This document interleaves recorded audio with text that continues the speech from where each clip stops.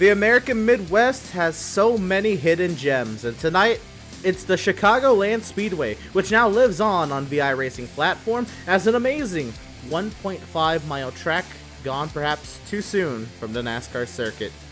It'll be the perfect host of the 7th race of the Outlaws Sim Series Cup season, which is coming up next on Pit Stop TV.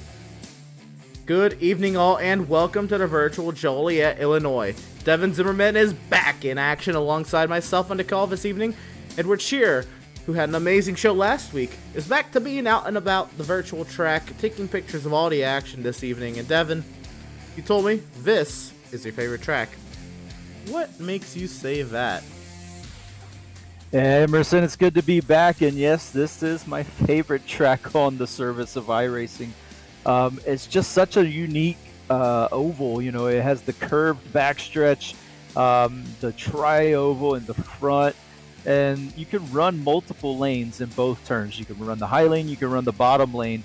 However, just off of experience, I found that if you can get your car to roll that bottom and be right on that white line in both turns, you're going to be so quick over the long run. That high line, though, is going to be dominant by a lot of these cars on the short run. Of course, then they'll start to fall off just a bit. But yeah, we'll get a look at the track map there. You can see it's not a perfect backstretch or back straightaway. You know, little turn there in the back end.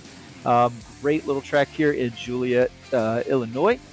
And you can see there the NASCAR Cup Series. Joey Logano holds the fastest lap here back in 2013. Ryan Newman, the fastest Xfinity in 2005 in a Dodge Charger. And then Austin Hill, the fastest truck back in 2018 in Toyota Tundra. Like you said, Emerson, this track gone too soon. Such a fun track to drive. 1 and 2, a little bit more banking than 3 and 4. 3 and 4, it seems like it sweeps. And you have to wait so long to get on the throttle, it feels like, in 3 and 4. But man, it's such a fun track to drive. You're going to see a lot of side-by-side battles, but everybody should be giving plenty of room because the lanes are either right down on the white line or kind of right up by the wall, maybe that third lane. If you see some guys in the middle, they're going to be the ones that are just trying to make a move, trying to do something happen. But that middle lane is kind of unsustainable. So I look for the guys who are kind of ruling that bottom to be good if we get a long run here. And history tells us in this series that we will get a long run. The last race here, Emerson, went green to checker. And Reese Schaefer, who has not joined us this season, but he has joined us in the past. Reese Schaefer won the race. And it, like I said, it went green the whole race. And we're looking for that again here. I think we can get it done. Absolutely. Why not, right? That was 175 laps. Those are Xfinity Series cars. Tonight, again, we're in the NextGen car. We can't go a week without saying how incredibly different these cars are. Here on the NASCAR side of things, the Cup Series side of things, where we had the big, heavy Gen 6 car with 4 gears and a whole different steering box. Now we have the rack and pinion steering, the 5 gears, the diffuser, the single lugs, all that stuff to add on to just the unknowns that lie ahead these drivers heading into tonight's race. What is known, though, is the point standing coming into tonight's race. Through 6 rounds, we have had 4 winners. Jonathan Jennings, Max Service, 2 of them. Adrian Schumacher, you see there in 16th, right on the cut line, but technically he's in with his win. And Joshua Lane Fox is a part-time driver this season with the win at Daytona. We can look at the point standings here. Max Service did close in a little bit with a dominant performance at the Indianapolis Motor Speedway. Seth Berger there, 3rd place in points, 73 points back. Has yet to win a race this season, our season 1 champion. Can he do it at his home track? We'll have to see. Andrew Pratt still vying up in the top 5 there. 4th in points, 78 points back. Jeremiah Stutzman 5th in points, 83 points back. Joseph Cossie in 6th with 94 points back off of point leader Jonathan Jennings. Scott Bailey in 7th with 107 points back. Greg Hole 8th, 109 back. Kevin Thompson in 9th, 110 back. And James Gilliard still holding on to the top 10 in points, 124 back, Devin. Yeah, then newcomer Jacob Reeves there in 11th position, 124 back. And then Randall Barnett there in 12th, 137 back. Seth Fitzpatrick in 13th, 138 back. Doug Solms making his presence known, sitting in 14th position, 148 back. But man, for a guy who has been getting better and better, I can't say enough good things about Doug Solms and his improvement from season 1 through season 2 and then on to this season. Also, in 15th, Andrew St. Cour, just 1 point back to him there, 149 points back of our leader. Adrian Schumacher, like you said, he has the win. He's locked in. He is in the final playoff spot, 161 points back. And the guy that's right behind him there, Brad Bothwell, only 7 points back. But, again, Schumacher has the win. So Bothwell really kind of shooting for Andrew St. Cour there. I know it's a little early to start talking about this, but you don't want to fall too far behind too early. You're going to be crawling your way back to try and get in towards the middle end of the season. You don't want that. But yeah, Bothwell sitting there 168 points back. Devin Smith, who's had some good runs, been caught up in some incidents this season, 172 points back there in 18th. John Mickey, 177 points back. And Adam Gardner still in 20th, 182 points back.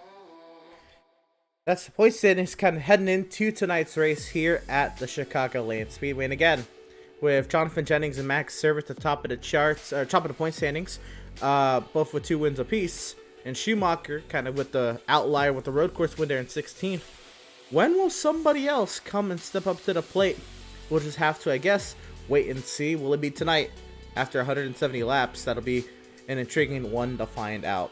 Now, of course, we also have a whole schedule to go through. We can kind of recap what we've gone through so far with Daytona. I already said the wild race that was 165 laps with all the overtime attempts factored in there. Joshua Lane Fox won that, a part-timer this season.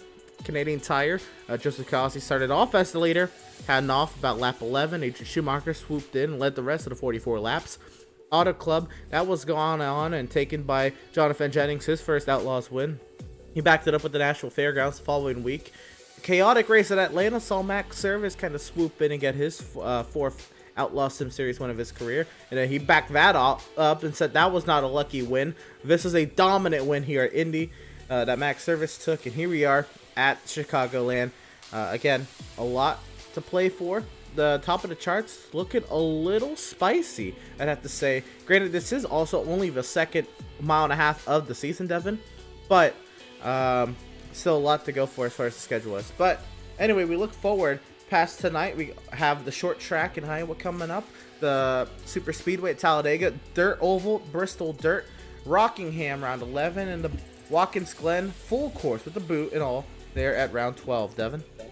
Yeah, then we go to the short track in Martinsville, Virginia for the round 13. Round 14, another short track there at Indianapolis Raceway Park. This time we're going to be on that little short track just a few miles away from the big track. Then we head back to the 1.5 mile in Texas Motor Speedway. And then we're going to go to the 3-mile Fantasy iRacing Super Speedway. It's wide open there. There's they used to put restrictor plates on the cars. They don't do that anymore. They kind of just limit the how the engine handles it. But that's all gone. It's going to be wide open. And iRacing Super Speedway will really get to see the top speed of all of these new generation cars. Then we're going to go to New Hampshire, the Magic Mile there in the northeast part of the country, round 17. Round 18, we're going to head to the 2-mile track in Michigan. And then we're going to go back dirt track racing in Eldora for round 19. We'll follow that up back to a trip to Daytona to mark pretty much what we would call the halfway point, but it's a little over halfway. But yeah, we'll head back to Daytona. Then we're going to go to one of my favorite road courses of all time, Laguna Seca in California. Such a great course. I cannot wait to see these cars handle the corkscrew there. Then we'll head to the 2-mile track over in the Poconos, Pocono Motor Speedway. Then we're going to go to Phoenix, the 1 mile, the Jewel in the Desert, and for round 23. And then back to the East Coast for Charlotte in round 24. And this is getting where we're setting up the playoffs.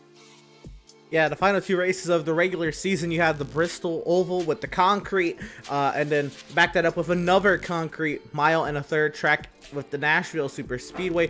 Then that's where the top 16 points will get, reset, and we'll be right back to it again with basically a whole new mini season, Daytona Road Course to kick off the playoffs. They'll then go all the way back up north to Wisconsin with the Milwaukee Mile for round 28 and the Charlotte Roval for the end of that first round of 16. Two roadies in the first round is going to put a lot of pressure on some of those drivers who may not be all that on the road course. We'll have to see what happens there in that first round. Fast forward to round 2 to round the 12, USA International, Lakeland, Florida's USA International there at round 30. Then you go to the chaotic Talladega Super Speedway, and then into the Lady in Black, the track that's too tough to tame, the Darlington Raceway at round 32. That'll be the cutoff race. And then here we go with the round of 8. We got Homestead and Atlanta, a couple mile and a halves. Atlanta will be in a super speedway form there around 34.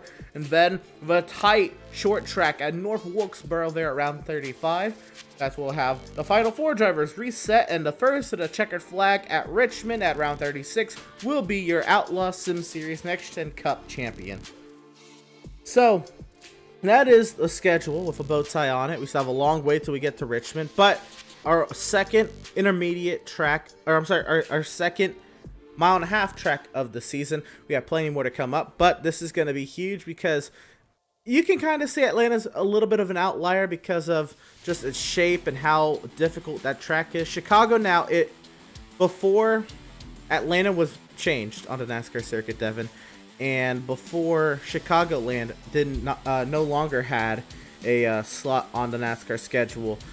Those were the 2 oldest surfaces in the series. Atlanta was older, and Chicagoland was the second oldest. Now everything's kind of been repaved, and those 2 tracks are now off the schedule. I'm sorry, Chicago's off the schedule. Atlanta's been repaved.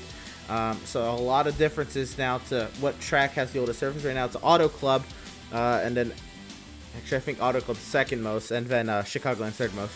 But nonetheless, Auto Club's the oldest surface, and that's looking to be changed in the future as well. But that's a whole long-winded way of saying that I think this is going to be the closest to the rest of the mile and a half. It's going to be closer to the Vegases, the Kansases.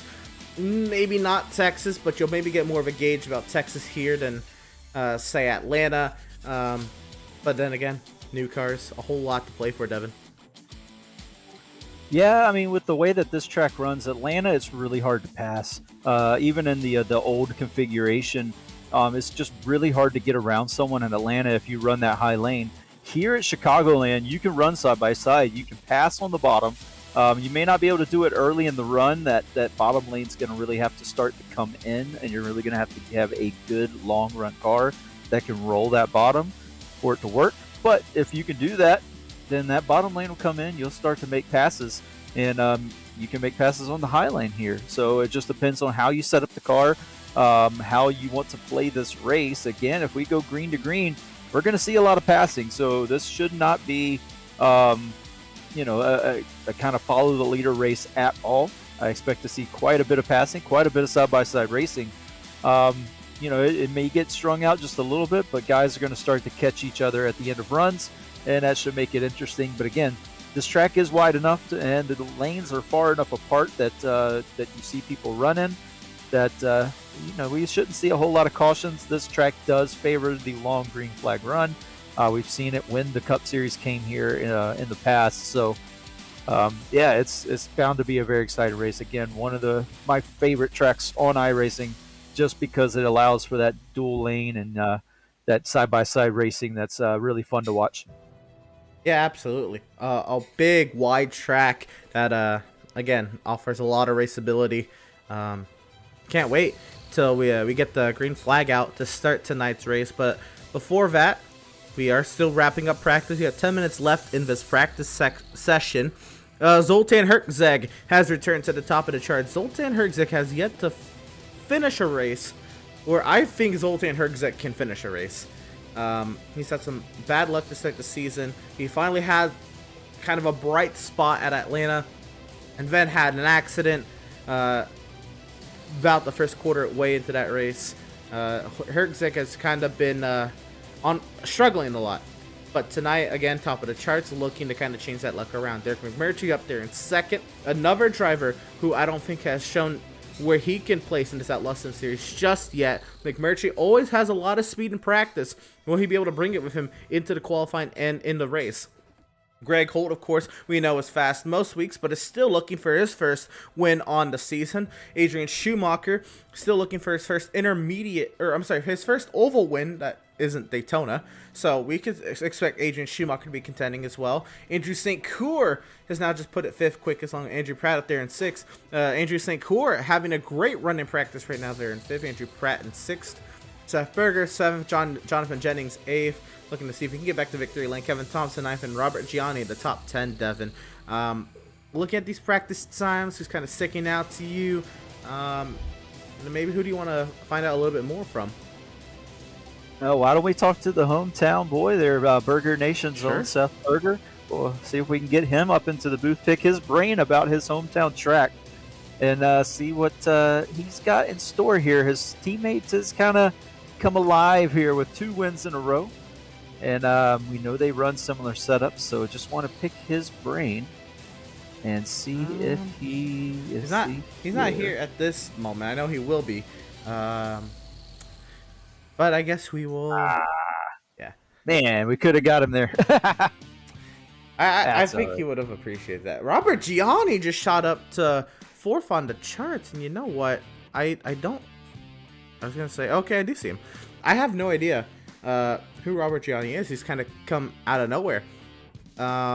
He showed up at Nashville and didn't have all that great of a race, but then came out with a lot of speed at Indy.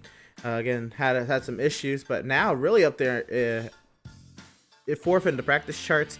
We're gonna go ahead and bring up Robert Gianni. I want to go ahead and kind of pick his brain a little bit. Hey, Robert, this is us up in the Pit Stop TV booth. 7 minutes left here in practice. Just kind of wanted to gauge how you're feeling about tonight's race up there in 4th. I know you were just in 10th, so a little bit of speed pick up there. What happened? How you get up there? Just playing around, trying to make some adjustments. Basically, our practice is from 7 o'clock to this point now. We all got jobs and we're all busy, so trying to fine tune and get what we can out of these cars. So. Hey, absolutely. So you kind of surprised us when you kind of just came onto the scene from out of nowhere, seemingly to us, back at the Nashville Fairgrounds. I know that race did kind of go according to plan. There was a little bit of contact with one of the front runners as well. So fast forward to Indy, where again, a lot of trouble at the beginning. So you kind of been ridiculed by bad luck to start your Outlaws Sim Series career.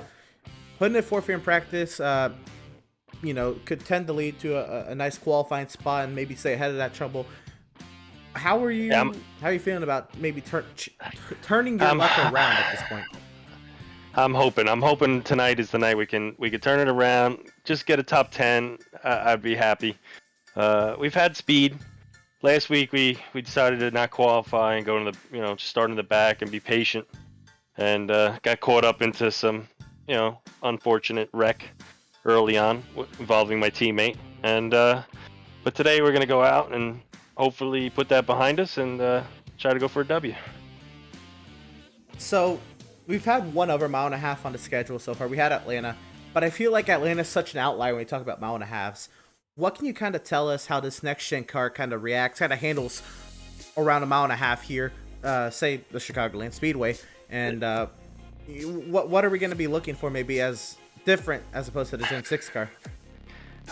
Be honest with you, I think it's still early on, but from what I know, we're definitely going to be up towards the top of the track today.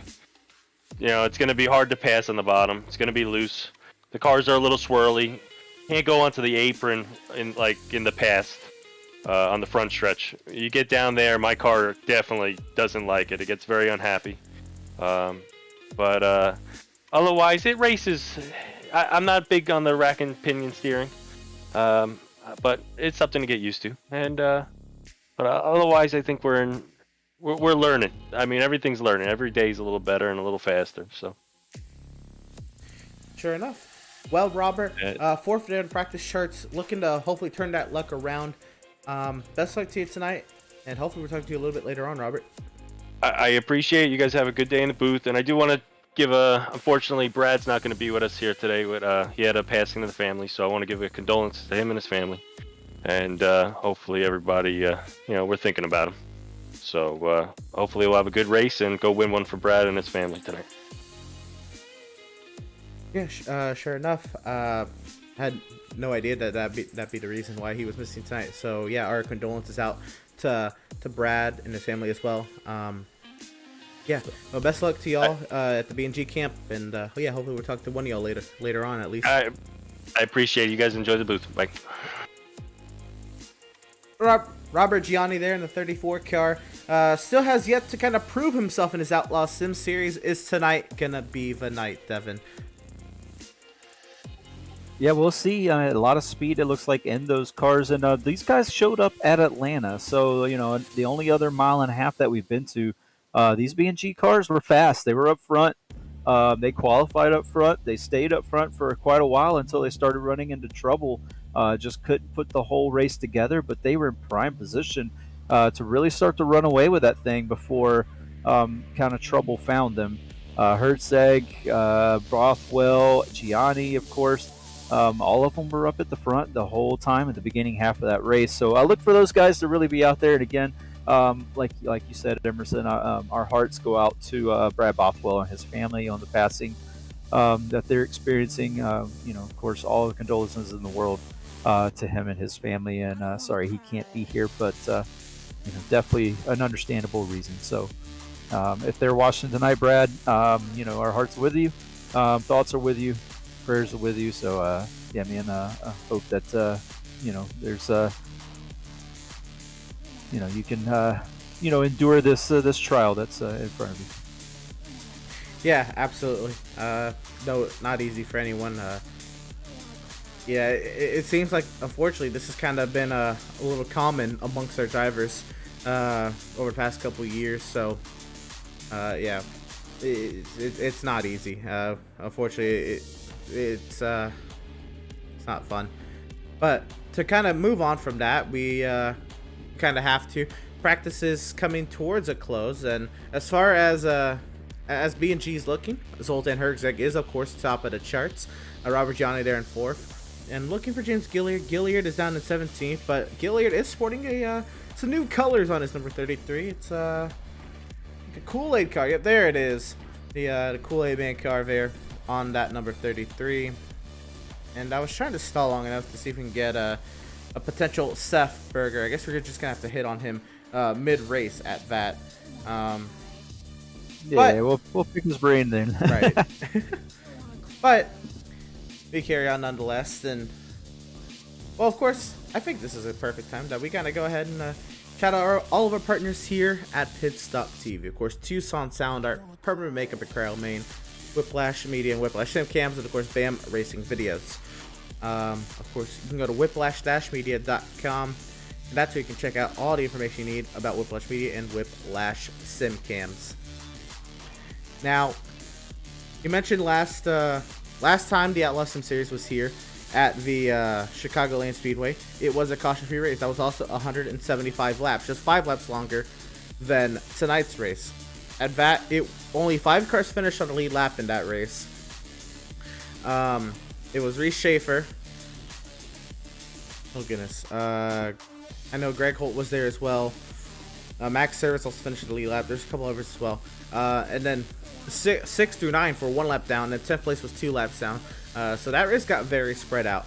Now I know Dirty Air is a little bit different with these Gen 7 cars. I don't anticipate this field getting as spread out as we saw then. So I don't know if we're going to stay caution free. But at that, we could be looking for a clean, fun race tonight, Devin.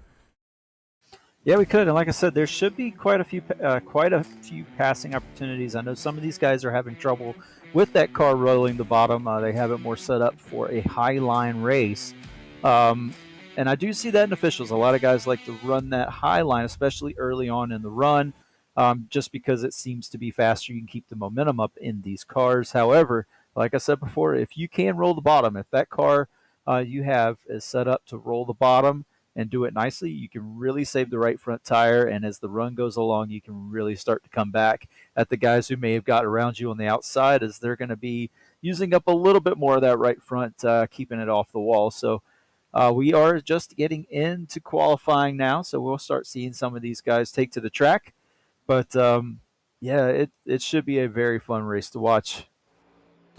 And there we go. We finally do have a taker to the track. Adrian Schumacher in his Vodafone number 82 Toyota Camry. I want to give a quick shout out to everybody working the show tonight. Devin Zimmerman alongside myself on the commentary this evening. Ed Shearer is back again, out about the track, taking pictures and posting them out to our social media outlets at Facebook, Instagram, and Twitter. Adrian Schumacher, one of the first drivers to hit the track here in Tucson Sound qualifying. Let's ride on board and see what Schumi is doing. Yeah, he's keeping. Oh, sorry, mic issue there, but he's keeping it in the middle of the track. This first lap can be kind of loose, so that second lap should be the one that you can really set times. Maybe even the third lap, if you don't burn the tire up too much. But yeah, that first lap is kind of just heating the tires up, making sure that there's grip in the tires, and then you can really let it loose on that second one. He runs a little higher here, trying to diamond it off the turn. There's the line you want to see. Trying to diamond off of 2. That's where you pick up the most speed. And he'll probably do something similar in 3 and 4, where he kind of enters high and then lets it diamond off. So we'll be watching for that amongst the rest of the field tonight. So far, he is the first of 3 times out there on the track. Let's see who else we can catch up with. How about Joseph Kazi in his Abruzzi number 88 Ford Mustang, getting up to speed, getting after it here. He's getting ready to start his first timed lap. Actually, he just has started his first time lap. There he is. Running high there in turn 1, as we kind of saw Schumacher do. Greg Holt goes top of the charts. And while Kazi works on his first lap, let's go ahead and catch up to Greg Holt on his third lap and see if he can improve upon that time. Yeah, just keeping an eye out for Schumacher there. That third lap, really putting in the times there. And so, yeah, this car can really come alive very quickly.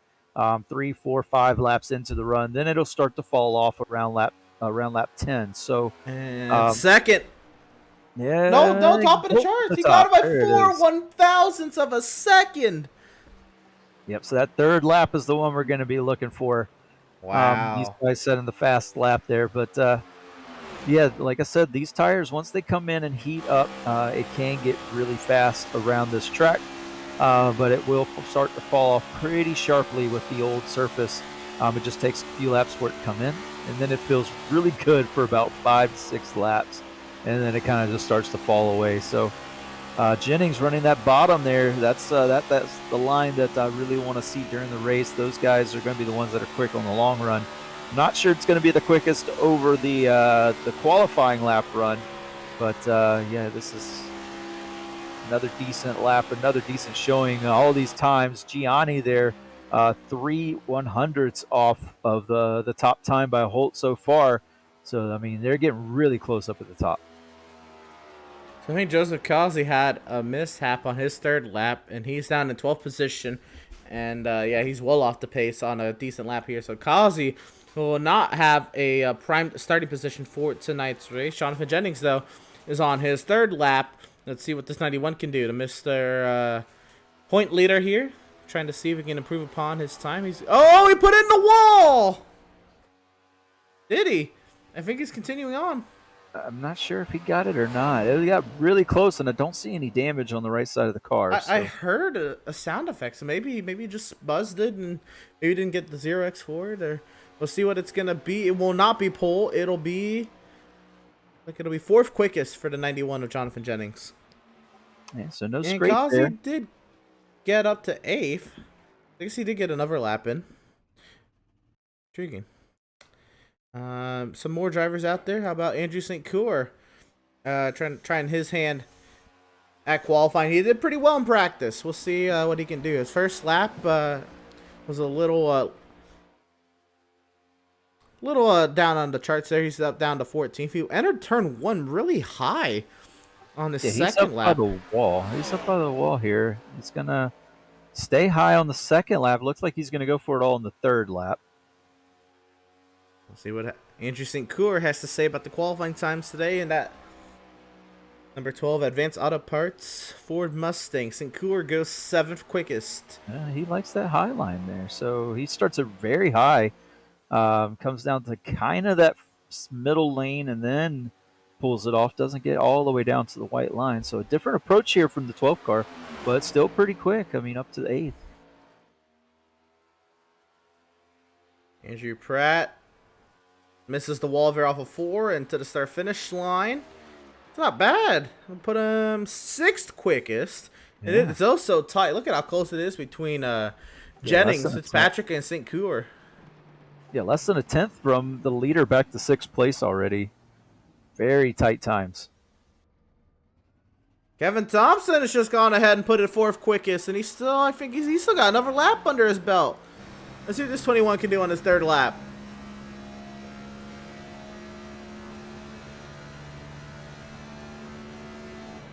Yeah, riding along here, and he's using that middle lane to set up and diamond it off. That's what we saw Holt and Schumacher do. So really holding, you see him fighting the wheel off the turn too. These drivers were complaining that it's loose on the short run. And it doesn't improve. Yeah, he does not improve. No. He just missed out. But now we're going to get some more drivers. Some drivers were waiting for that time to wind down in the session. Zoltan Herzeg, Seth Berger, Derek McMurray. Max Service has yet to make it to the track. Is Max Service waiting a little bit longer?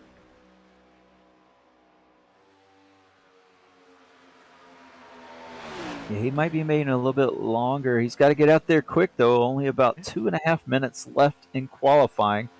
It's going to be close to get all 3 laps in.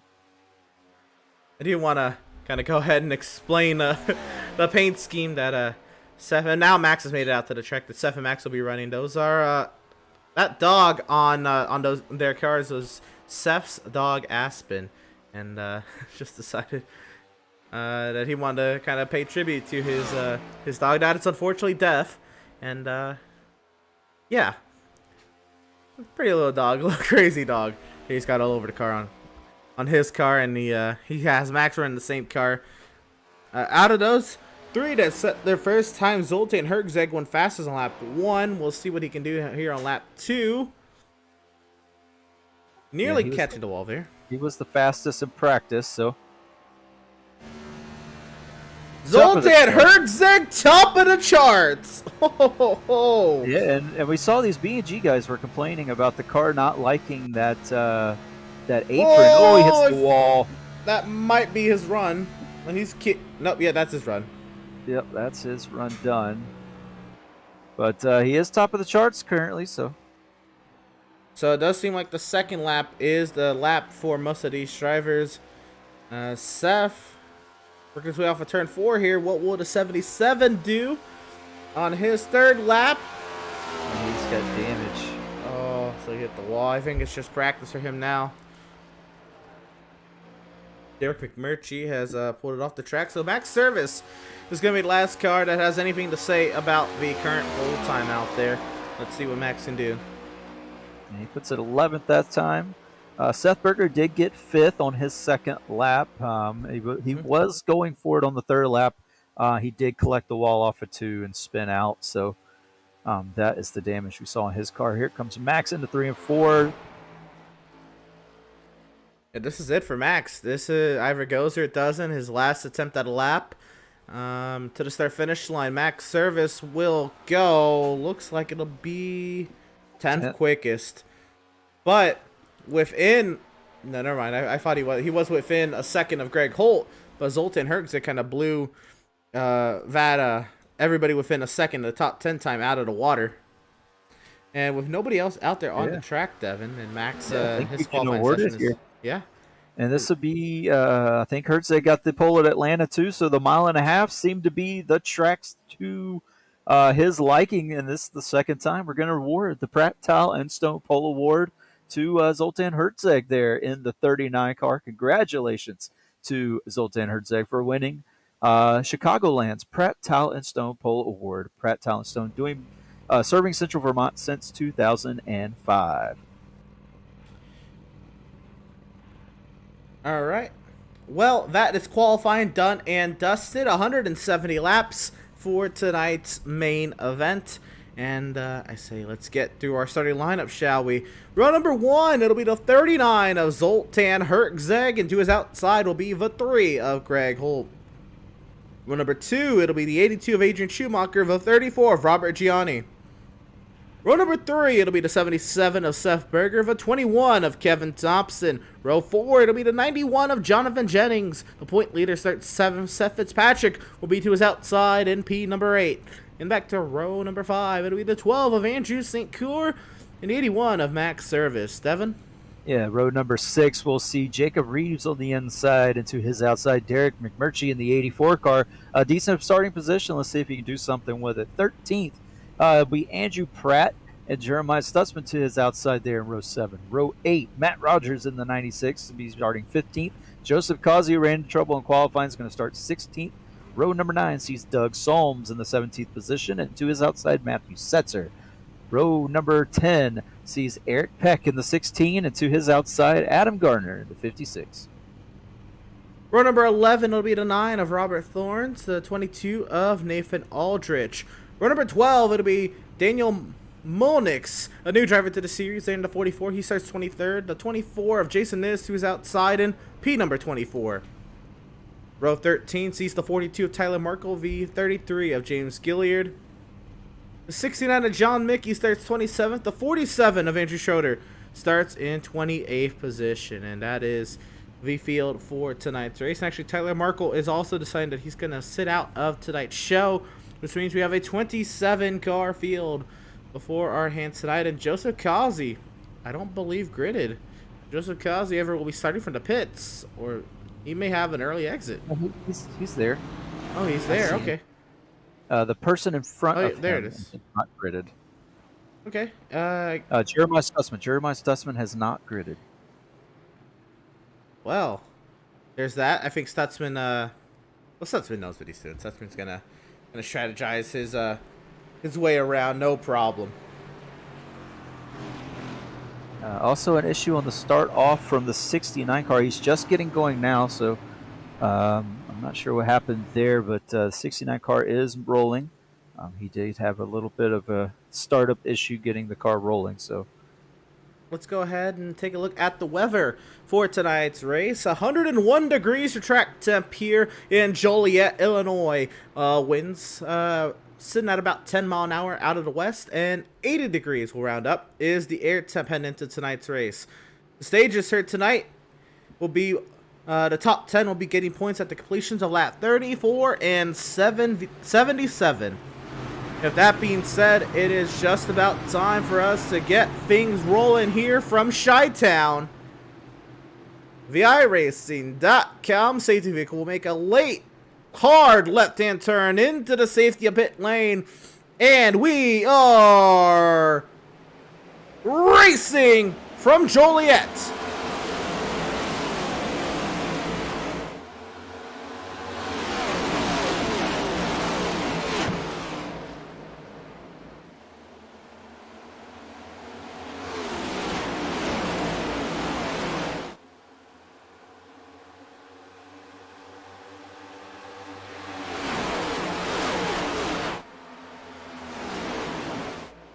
Schumacher already way up the track. Here comes Seth Berger to look to take advantage of that. And now we always think of Schumacher, a driver who kind of fires off late and really comes to life in the long run. But him starting second, I'd imagine he's going to maybe be able to try to keep up with these guys early in the fire off. But is it maybe more of a long run strat for this 82 car, who's already lost 3 positions from his starting position? Yeah, it has to be. I mean, Adrian, kind of the guy who wants to save his tires, be there at the end of the run. But when you have the track position here, especially early, it's hard to pass in the early run if you have that high lane. So you really want to make people work for it, make them burn their stuff up if you can. But it looks like he's just kind of playing the long game here. Hopefully he can settle in and try and find a good position. As Seth Berger takes the fastest lap time, he's working on the leader, Herzog.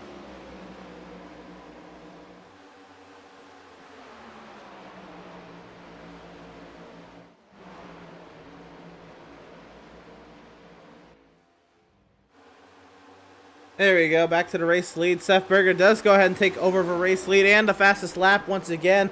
Zoltan Herzog started on pole at the first 2 laps. Seth Berger says, thank you, I'll take lap 3 and look to check out. Greg Holt will now be looking to try to see if he can make something out of the 39 car.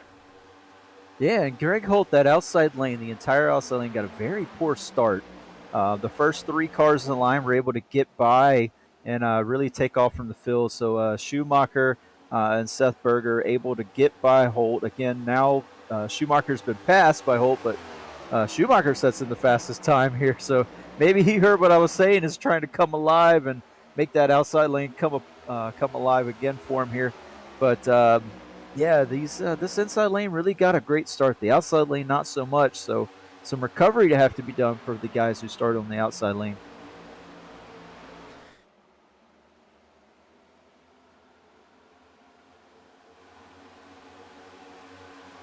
So far, Adrian Schumacher has made his way back up to fourth. It's Seth Berger, Zoltan Hertzeg, Greg Holt, and now Robert Gianni wants to make something out of this. He's diving back down. This was already the battle on lap 1. Does it continue on? We'll have to see. It looks like Schumacher will actually get around Gianni there and slide himself back into that 4th position. Yeah, Gianni got really loose off of turn 2. He kind of slid the back end just a bit. You don't want to do that here. You don't want the those rear tires lighting up too much. You want to keep the wear on the front. If you light up the rears, you're going to have a hard time powering off any of these turns, and that can really hurt you in the long run. But able to get it under control and settle into the 5th position. Seth Berger was trying to run away, but Hertzeg is right back to him, looking to put the pressure on. Oh, Hertzeg got the apron, though. That's not going to help. We'll now see Hertzeg try to chase Seth down through the front straightaway. Neither of them taken to the apron. I heard that some drivers may not take to that apron. But Greg Holt, he dives down into turn 1 to the inside of Zoltan Hertzeg. Yeah, mic issues there, but trying to pull the slide job off is Greg Holt. That's how you really want to pass here early. That's kind of the best way to do it. Get that slide job done, but not able to fully clear him there as Greg Holt. He almost collects the wall off of turn 4, so issues for Holt. Now he's got to worry about Adrian Schumacher, but we're focused here on the battle for the lead. Hertzeg not letting Seth Berger escape too far, and now we're back on board with Schumacher.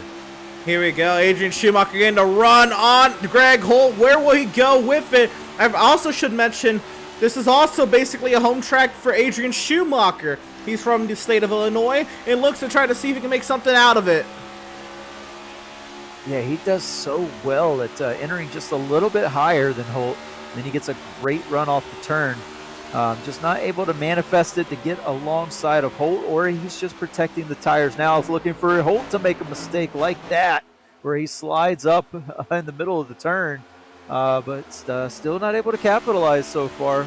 But that's what he's looking for, is for guys like Holt to start shredding his tires, worrying about the rearview mirror, and that's how you get the passes done here. You know what I just noticed right there, watching off the rear end of Seth, is that Hertzeg got a great entry, but the center of the corner, he just kind of bogged down, and Seth just pulled away. Look at Holt. Look his way to the outside, nearly in the fence, though. That may be the line that Holt tried to take, and nearly 3 wide there for a second. Whatever's going on back there, Seth loves it.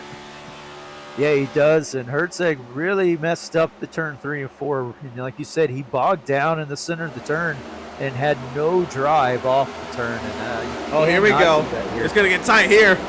Yeah, here we go. 3 cars going for second place again. Hertzeg's found his legs, but so is Schumacher. Here we go, the battle for second. Schumi looking to get around the outside and trying to see if he can clear Greg. Holt kind of sitting there in the middle. Here comes Hertzeg. Now what do you do? Nearly 3 wide. Holt now follows in behind Schumi. Here comes Hertzeg trying to see what he can do with Schumacher. Yeah, and Holt got very compromised. Schumacher really did not let Holt get off the turn the way that Holt wanted to. That compromised his backstretch run and allows Hertzeg to get alongside. But now Holt has the preferred line early in the run. Caution out on the speedway. We have an incident. Oh my goodness, Matthew Setzer's car is destroyed. Oh wow, smoking bad. So yeah, that engine is completely done. This happened kind of further back in the field. Oh, we will be able to get a replay here. We'll watch Matthew Setzer. I think this happens in front of him. See if we can ride on board with it real quick. Matthew Setzer kind of approaches this incident. He just No, he doesn't. He is the incident. Oh no! Oh, and then he got tagged. I believe that's the 9 of Robert Thorns. He had nowhere to go. The 9 is done too. That was a big hit. Oh no! Oh no! Get one more look at it. Looks like he just the car just snapped on him. And these cars are prone to that with the racket pinion. Eventually, if they do start to lose it in the turn, you can very easily overcorrect it. And this is exactly what happened. He just lost it, and then it's overcorrected. Oh my goodness! What a hit! Big hit for the 5 car and the 9 car. Luckily, this is iRacing, or that would have been major hit for these drivers. Well, what this does do is the whole field is going to be looking to come down to pit lane here. Let's go ahead and see what pit service is like for these boys. Yeah, we're on board with the leader, Seth Berger. We'll see what he does here. About 15 laps were ran under green flag conditions. We'll see if they take 4. If they take 2, this is a track sometimes with a short run. Oh, Schumacher missed the box, and so did Gianni. They might be able to stay up there, honestly. It didn't look too bad. Dan weighs the 77 of Seth Berger, but he is not the race leader. Yeah, race leaders Adam Gardner stayed out, did not come into pit. So I don't know if he's trying to get the lap led or what he's doing here. We'll have to see what he is going to do this time around. Maybe he drives it in, or maybe he's going to say, you know what, I want to have some fun too. You know what, Devin? We're going to get the chance here since we have a little bit of a caution period. Might as well, right? Bring in the driver you wanted to interview in pre-race, driver number 77, Seth Berger. Yeah, we'll bring in Seth Berger to the booth. Hey, Seth, good first run there. 15 laps. You were able to get up front to the lead and really kind of dictate the pace of this race. Is that what you were looking to do from the onset? Yeah, definitely. I just didn't know if I really had the car to do it, and it clearly showed I did. But I'm a little worried about the handling. I hope the car sticks with me for the whole run. I don't want it to fade off there. It felt a little too quick there. Don't want to burn the tires off. Yeah, this track is an older surface. It can burn the tires out quite a bit. These guys are running kind of multiple lanes. The high lane is there, and the low lane is kind of there when you're out in the front in the clean air. Which one does you see being the fastest one over the long haul, and which one is that car set up for tonight? I honestly think you can make any lane work depending on how you set your car up. And, with this car, I have no clue where, man. We're going to figure it out. Sometimes it wants to wreck if I think I want to run the white line, so. Yeah, it's kind of what we saw on the caution there. Just kind of snapped on Matthew Setzer, and this car has been known to do that to drivers. Hopefully it doesn't do it to anybody else tonight. We like the green flag runs here. And we know you're about to go back to green, so I'll let you have at it, driver. Good luck the rest of the way. Thank you. Driver of the number 77, Seth Berger, is the race leader. That shoes came up really quick. I was not anticipating it to come up that quick, but here we are. The iRacing.com safety vehicle back into the safety of pit lane racing from Chicagoland.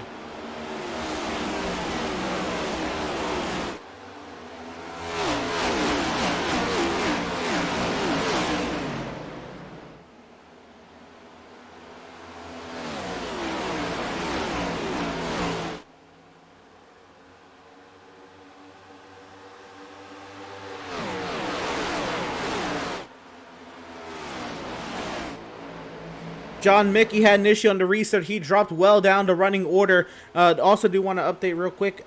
Matthew Setzer and Robert Florence have both. Actually, Matthew Setzer's the only one who's disconnected, but Robert Florence more than likely is done for tonight. Back to this battle for the race lead, though. Hertzeg, look at it. Oh, we got a crash in the back. No, Gianni was sideways. I think he saved it. He saved it. Wow. Great driving from the 34 car. He's going to lose a lot of positions. But he did save the race car. It was right in the heart of the field, so that could have been very ugly for a lot of drivers. But he held on to take a replay. Yeah, he held on to it in the center of turn 1 and 2. Here we go, real quick. This is gonna be our only shot of it. This is Gianni racing Joseph Kazi into turn 1, into the corner. I think Gianni just got sideways, and big time sideways. Kazi, yeah, what a catch! Oh my goodness. That could have been very bad.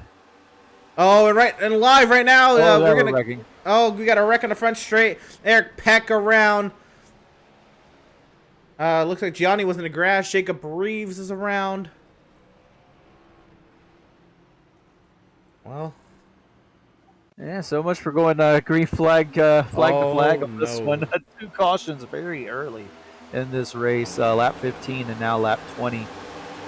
And this happens right here with Jacob Reeves and Eric Peck. They're going side by side in 3 and 4.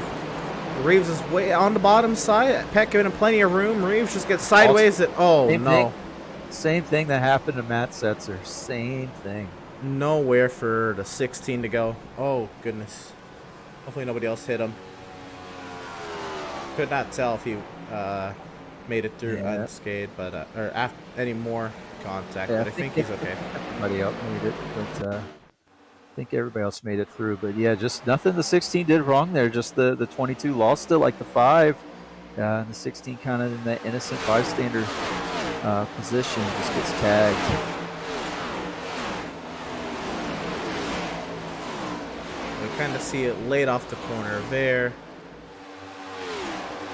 Yeah, and Seth alluded to that to the interview. You know, he said sometimes this car running the bottom, it just snaps on you, and you just don't know when or why it's going to happen. And I've noticed that myself driving this car. You're running the same line you've ran the whole race, and just for some reason, it decides to go on you when whenever it wants to. And I tell you what, Seth Berger did get passed while we were talking about these cautions and the save by Herzeg. So Herzeg's going to inherit the lead here under this caution.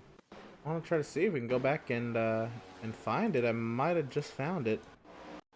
So here it is. We're going to watch the whole lap here. And this is, again, we saw how close Herzeg was. And Herzeg was really trying to work over the 77 of Seth Berger. This is the overtake that Herzeg took the race lead on. And I believe the caution came out just behind him as this happened. Into turn 3, Seth is running that higher line.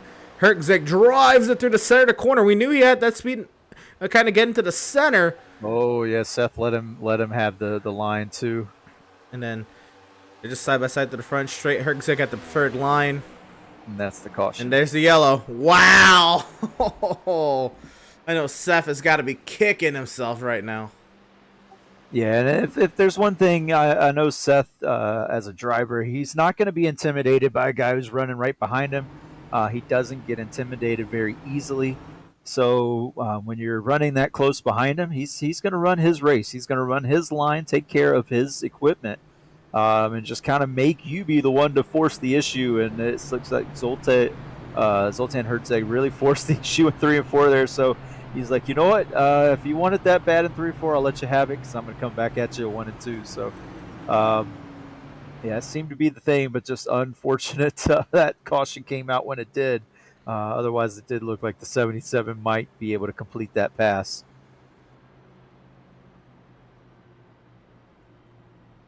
Looking forward, I want to bring up another driver from Swift Racing. Another driver. This might be a pretty important race to Adrian. You're running up there in the top 5. You qualified second. You fired off a little slow in the initial start, Adrian, but what's been happening? I've been tight. Just looking at the long run. I was going to say, you're definitely a driver we look at for the long run. Historically, this race, well, the only other time we ran this track, it ran caution-free back in Season 1. And I believe you were another driver who finished in the top 5 in that race. But how much would it mean to you to have a good result here of all places? It being a hometown, especially one of the only tracks I've been to for a NASCAR race, would be pretty special to win or get a good result. Be pretty special. Sure. Really heavy competition up here. I know you got a kind of an affiliation with Steph, and you see Herc, Zeg, and Holt really working over hard here. Is your plan to kind of just let them continue to duke it out, or you want to get up there and rough it up a little bit? I kind of want to get up there because it seems like clean air with these cars is a wonder. Yeah, that certainly seems to be the case. Still early at least for us to tell here in the booth. But yeah, that being said, y'all are getting ready to restart here. We'll leave you to it, driver. Best of luck to you. Hopefully we'll talk to you a little bit later on. Thanks, guys. Driver of the number 82, Adrian Schumacher, who also has a little bit of that Swift Racing Alliance. He is at least down in that chat right now, and we'll see how he fares. I don't know if he's sharing the same setup. But yeah, we carry on and we look forward to what's the ensuing restart. It's now the most cautions we've ever had at this track. 2. So here we go. The iRacing.com safety vehicle finds its safety in the pit lane, and we are back to racing from Chi-Town.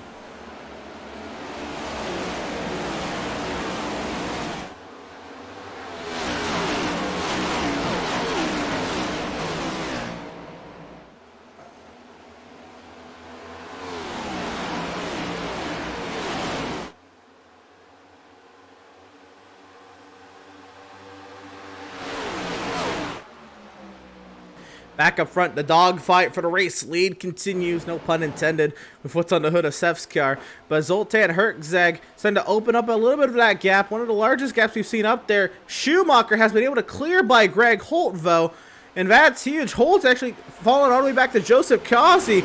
Remember, Causey started 16th. Look at where he is now, looking to try to see if he can take 4th place from teammate Greg Holt. Caution on the Speedway. Caution on Speedway, yeah. I was impressed as well. You know, he's kind of just chipped his way through these guys, not really forced any issues, it seems, just kind of just running his line, running his race, and it's just coming to him. So a lot of speed in that 88 over the long run, just did not show it during qualifying. But, you know, we've seen this before from Causey, where he kind of has a qualifying that he's not proud of, but then he comes out in the race and it really shows what happened is that we see damage on the steering by Stutzman. Yeah, not tight. Oh, no, this happens back in turns 3 and 4 here. Now we'll be able to kind of deduce what happened here with the 71 of Jeremiah Stutzman. He's running up alongside. That's the, wait, no, who that is. But he's got Aldrich to his outside now into turn 3. Oh, no, a car, the 96 of Matt Rogers was in the wall. Collected the car to his inside, and Stutzman had nowhere to go. Massive incident. A lot of cars kind of fell to the apron there. I don't know how much that should have, I guess, factored into a yellow, but I guess the car did go around back there. We'll kind of get a better look at it here now that we kind of know where this all originated from. The 96 of Matt Rogers. 96 kind of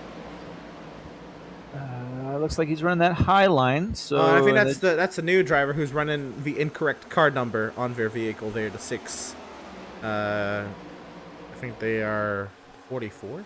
44. So here. Oh, he got bumped by the 44. Tagged. Yep, he got tagged. Oh. So not a self spin there. That was a little bit of help there from the 44 via the 6. So yeah, that 6 car you see there, that's actually the 44 registering on the ticker. But yeah, a little bit of help there entering, and man, this has been a slew of cautions. We're not used to this, especially at 1.5 miles in this league. You know, oh yeah, that's a big tap there. But yeah, we're not used to seeing this many cautions at 1.5 miles from this league. So something kind of new and out of the box that these drivers are going to have to deal with, and kind of our first example of strategy going into play. A couple of drivers jumped in to pit road, and a lot of the drivers stayed out. One of the drivers who did come in, Adrian Schumacher. Now that's going to be intriguing. Now Schumacher, we just talked to Schumi, and he just talked about how important clean air is going to be. Now he's going to be deep in that pack, but he may have set himself up better for strategy. We'll have to see how it plays out, of course, on the long run. And I thought that this was the choose lap. It is not the choose lap. the next lap will be the choose. But some we haven't talked The about. first one came up really quick. That's the Yeah, it did. But yeah, some we haven't talked about is the stages tonight, Emerson. Right. The first stage is coming up close. The first stage will be the top 10 getting stage points at the completion of lap 34, regardless of the session state or flat conditions. The top 10 at the completion of lap 34 will get stage points, and there will be no change in session state for that stage as well. The second one will be scored at the completion of lap 77. And then we have a clean run to the checkers, 93 laps, no points till checkered flag at 170.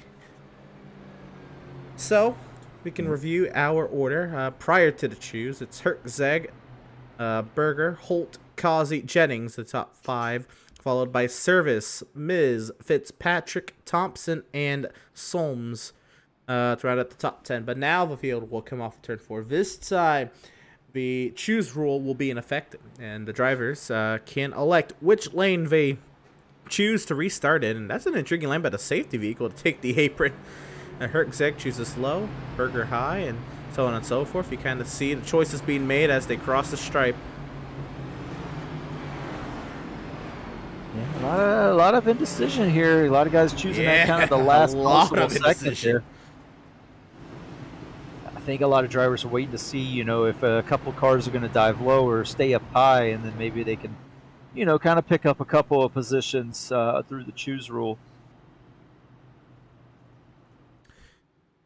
You want to see if the weather has changed any. The track has cooled down 4 degrees, and I know that doesn't seem like a lot, but a change of 5 degrees Fahrenheit can have a huge impact of lap time, about a tenth per every 5 degrees. So you can definitely see a difference here. Maybe the speed's picking up here. The winds are still staying at about 11 miles an hour, and that's kind of where we stand right now. We've had 3 cautions for 9 laps, 4 lead changes.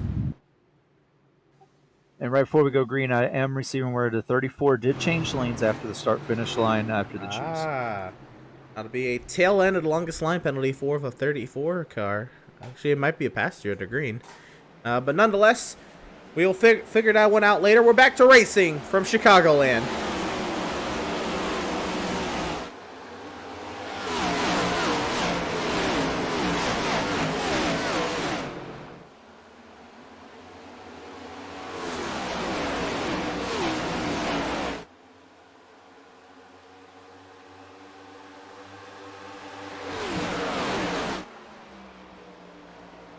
Zoltan Hertzeg looking to try to open up, this time well over a 2.5 tenth advantage over Seth Berger. Joseph Chiazzi, will he be able to slice up his teammate this time? And Max Service has put himself right there in the thick of it, looking to see if he can take on 5th place from Jonathan Jennings. Yeah, it's Max Service's first time in. He's going to have to stop. Oh, man. That was close. The 3-car really bad shape in the middle of the turn. And that really compromised Max Service. He's going to lose a couple of positions. But, man, it could have been a lot worse. What that does is that it allows Seth Berger and Zoltan Hertzeg to run away from Causey, Jennings, and the field. You can just see, look at the gap. This is from 2nd place Seth Berger looking back at everybody else. Yeah, and if you're in that 2nd place position, this is what you like to see, about a second back to Joseph Causey. And you all have the leader right in front of you. You can really put the working on the leader, make him make a mistake, make him use up his stuff more than he wants to probably, and push the issue.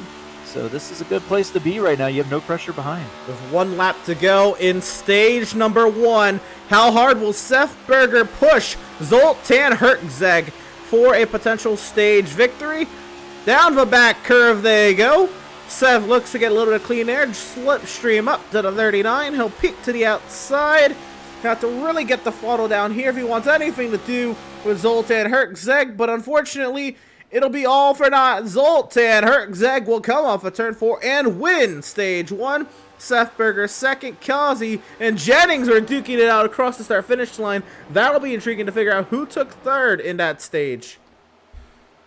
Yeah, then right behind them, Holt and Max Service. Service able to recover just a bit. Now he's trying to work on the back of the 3 car and get around him, get himself into the top 5 for the first time tonight.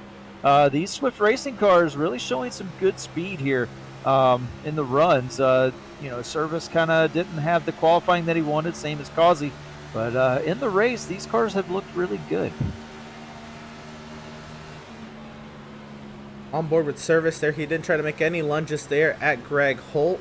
And Seth Berger has kind of tapered off at the front of the field from the rear end of Zoltan Hertzeg. But there was a lot of commotion back here. Oh my goodness, they were 3 wide back here with Miz and Mickey and McMurray and Pratt, and oh my goodness. Oh, Miz is on the apron. Hold on to her. Yeah, it looks like the 16 got loose in 1 and 2. That really stacked some people up, and then we ended up having the 3 wide. But everybody no worse for wear. Just some very hard racing. And here we go, 2 by 2. Service working on Holt and Jennings working on Causey. Causey trying to see if he can solidify himself on that final spot in the podium, but Jennings is not going away quietly. Service and Holt hard charging there. Service trying to get by the 3 of Holt. Here comes the 2 of Seth Fitzpatrick to add on to it. Yeah, running side by side for this long. Whoa, tight. Yeah, running side by side for this long, it allows those guys behind you to really start to close up on you. And what it does is it also takes the momentum away and allows those 2 guys in front to like really this. pull away. Yep, This momentum right here. Up this. Yep. Fitzpatrick wants his fair go at a position. Oh no! Almost washes up into Max. Ooh, oh, so tight. And Jennings and Causey, this battle will not end. And that's allowing Holt to get back and get himself in the picture for getting into the podium conversation. As Look Max at the is still gap between second and third. Yeah, That that's is just all huge. side by side, all the side by side. And you can see Jennings there. He's working that rear quarter panel down the straightaways of Causey, really dumping air. I mean, these spoilers aren't as big as they used to be on the old Gen 6 car, but they're still there, and you can still side draft these cars. Oh So- no, Andrew St. Cyr has had a moment on the front, straight away, hard damage to the right front. Yeah, hard damage there for the 12 car, and it looks like guys are slowing down on the track, so I do believe, Yeah, I believe this may be a yellow we will flag. have another yellow. We will go ahead and grab a replay and see what happened. 2 of a 12 Andrew St. Cyr. And now caution is out on the speedway. Is catching up to the 34 of Robert Gianni here. Schumacher was just trying to get back into this race. Let's see what happens out of 4 sideways. Oh! Oh my goodness! Yeah, I think little Gilliard unfortunately got some damage there from St. Cyr. Schumacher nearly scraped by. Yeah, it seemed to be a one-car incident there. I think maybe Gilliard got him a little bit of help, but I'm not sure it really compromised Gilliard. So. We'll be able to watch it here from the onboard of the 33. You get to see this all kind of unfold. Schumacher directly in front. Thompson there and the 12 of St. Cyr. Gilliard was a little ways back. He actually had a little bit of time. I mean, he didn't. I mean, he had time, but he also might have got a picture. I believe this card was inside here. Oh, big damage actually. Oh, yeah, that was a hit. That was a hit. Okay. Big hit. Was not expecting that. Yeah, I didn't think he got him that hard, but looking back in the onboard there, he got him pretty hard. And everybody's coming down this time, including the guys who pitted last time. Yep. So everybody. Oh, Zoltan missed this box by a mile. Yeah, that's big. Schumacher's in as well, so that did not work out in his favor. Joseph Causey gets a great exit, a tight Oh, for the lead. I think he got him. Oh no, they're gonna give it to Seth. Gets it. Seth got him, but man, that was tight. Derek McMurray is out there on 14 lap old tires as the race leader. Person I want to talk to is the driver who's absolutely been on it since. Oh, actually, no, we have a stage winner to talk to. My apologies. We will give Zoltan Hertzeg this moment here. I'm gonna go ahead and bring him on up.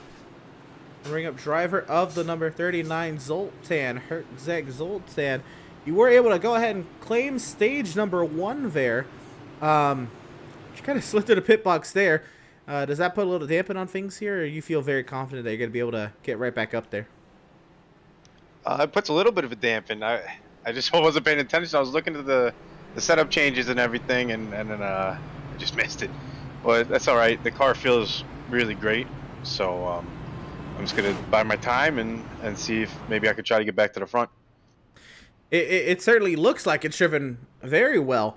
You've had some amazing battling there with the 77 of Seth Berger, and you even just barely pipped him on one of those cautions. That's given you the lead ever since up until this caution.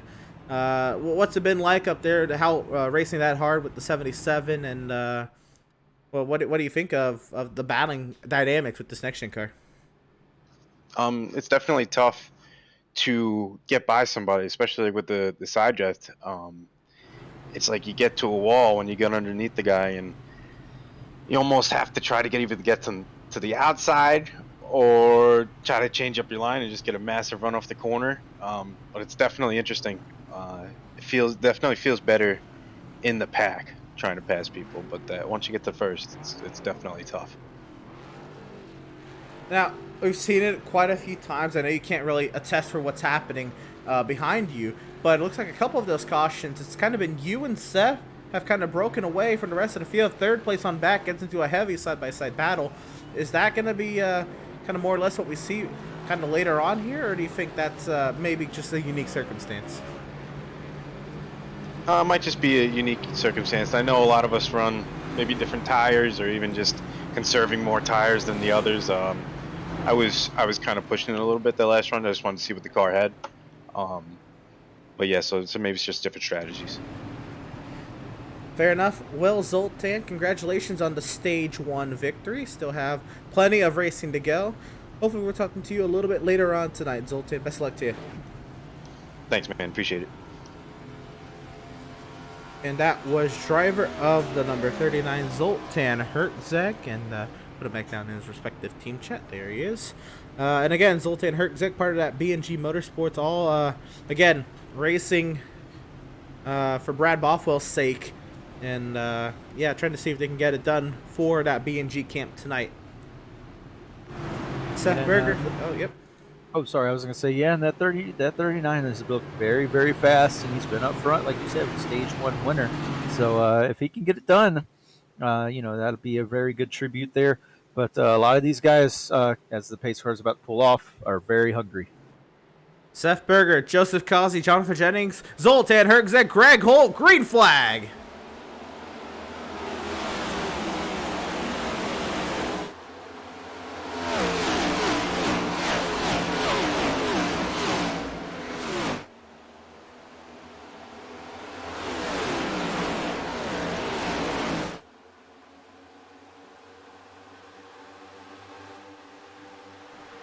And Zoltan Herzeg has wasted no time. He's battling for second with Joseph Causey. Side by side out of 4. Causey's not going to give it up easy, though. Yeah, Causey really battling on that outside, and you can do that here. Like I said, you can run side by side, and Zoltan alluded to it. Passing on the inside so very hard here to start the run off. And, oh, there's a wreck. Oh, wreck no, Greg Holt. Greg Holt. And he keeps falling down my running order. Greg Holt. Oh, that car looks like has some bad suspension damage. Yeah, we've seen this from Holt a couple of times. It looks like on new tires, his car is just not quite right until he gets some heat in there, and he just seemed to lose it there. I'm not sure if he had help, though. Well, let's go ahead and see what had happened. And it looks like we're staying green, so this is going to be our only kind of look at it. He just got sideways. Just lost it. And we've seen this a couple times. Oh, nobody else very close to collecting Schumacher and Gianni there, but no one else is collected. But, man, for a reigning champion, man, it's been a tough start to the season. Back up front, it is Seth Berger. Out in front of Joseph Kiazi. Jennings has gotten by Hertzeg, and Hertzeg was under attack from Max a little bit. I believe Max maybe just backed up for the corner's sake. And Adrian Schumacher, he was down in the middle of the pack. He's up to 7th, but now it's going to get increasingly difficult to overtake the cars ahead of him. Yeah, there's a lot of speed. And Gianni goes fastest at 8th. Oh, wow, yeah. So these two camps here, the Swift Racing guys and the B&G cars, they're very, very fast. Kind of reigning the parade here. These Performance Sim Sport cars, though, Joseph Causey has made his way through the pack. Jonathan Jennings is up there as well. But, man, these guys really have a package here for the race that's working very well. And let's give Last Chance Racing their respective respect there, with Fitzpatrick in 6th, and John Mickey in 9th. Oh, Last Chance showing some pace as well. This is a lot of different teams up here. I like it. I like it a lot. Yeah, and then one thing we do notice there, the Seth Berger's kind of opened up a lead. There's been a lot of battling going on behind him for 2nd place and 3rd place, and this has allowed him to kind of drive off in the distance. And man, if you're the 77, this is what you love to see in your rear. And Robert Gianni just drove around the outside of Adrian Schumacher back there. So Gianni to 7th, Schumacher back to 8th, and you're right. Seth Berger has opened up that advantage to the front of the field, and Kazi's trying to just stay clear up there in 2nd to see if they can chase him back down. But now Kazi and Hertzeg are more than likely going to go do battle once again. Here comes Hertzeg, and that might just open it back up for Seth Berger. Here we go, though. Oh, sideways is Kazi. That might make it easy for Hertzeg. Yeah, Hertzeg's going to clear him with the slide job off the turn. Kazi's still fighting the car off the turn, so he's going to be compromised on the straightaway here, that curve back stretch. And but Jennings not able to get it done. He's going to stay behind Kazi. But man, yeah, that could have been a lot worse for Hertzeg and Kazi if they would have stayed side by side, allow that 77 to keep going. But as it is, Hertzeg's reeling him in. So Zoltan Hertzeg has chopped that lead down now to under half a second.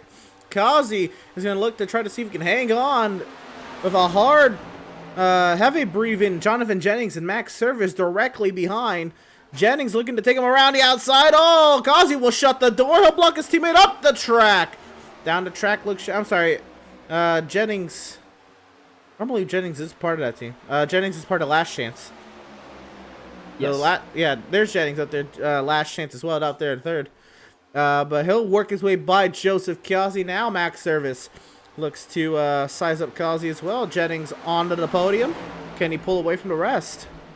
Yeah, and then here comes that 34 car. Gianni right behind these guys, running kind of that high line, really making it work. A lot of speed in that car. He looks to the outside of Max Service. This big battle in front of him, it could get a 4-car battle really quickly. Here comes Kazi now looking back to the inside of Jennings. Oh, so tight. Max and Gianni there right behind looking to take advantage. And Schumacher wants a piece of this as well. Yeah, now it's a 5-car battle here for 3rd place. The first 2 guys, Kazi gets loose off of 4, and he's really going to be compromised. That allows Jennings to get by. Could allow Max Service to get by as well. Max does get by up in the 4th. Now Kazi under attack from Gianni. Looking to split Max here. Here comes Kazi back to the inside of Max. Man, that 88 gets such a good run through the center and off of turn 2. So it's so hard to pass him there with how that car is getting the exit of the turns. This is where he's been struggling off of 4. That car has been wicked loose off of Gianni turn 4. But Gianni's going to help Max and push him down the front stretch. That's going to clear Max. And Joseph Kazi is struggling. I think Joseph maybe has a short run car, but at the end of this long run, that 88 is not looking happy. We saw his teammate put it in the wall earlier. But we also did see Joseph go from 16th back to the front. So I don't Yeah, know. He had a big slide. He he's had a couple of big slides, so those rear tires just may not be happy with him right now. And he's really trying to baby them and nurse them to get the temperature out of those tires before they get too hot. So that could be what he's doing right here and why he's not getting the exits anymore that he was getting. And that's kind of compromised him, but he's going to lose another position here to Seth Fitzpatrick. Yeah, these guys, they just keep on coming, and it seems like Kazi just cannot get a break. Oh, he's going to duke it out there.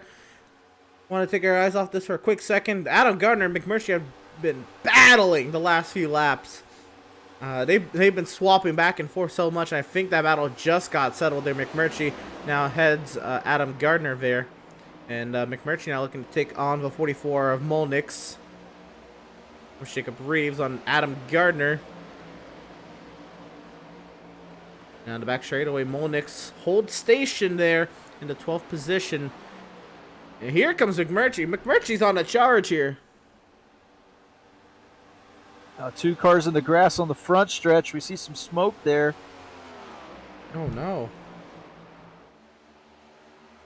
Looks like Joseph Causey is one of them. And the 2, Fitzpatrick. Causey's still... Fitzpatrick was the one car that went to the grass and heavy damage on the right front. Trying to see what had happened.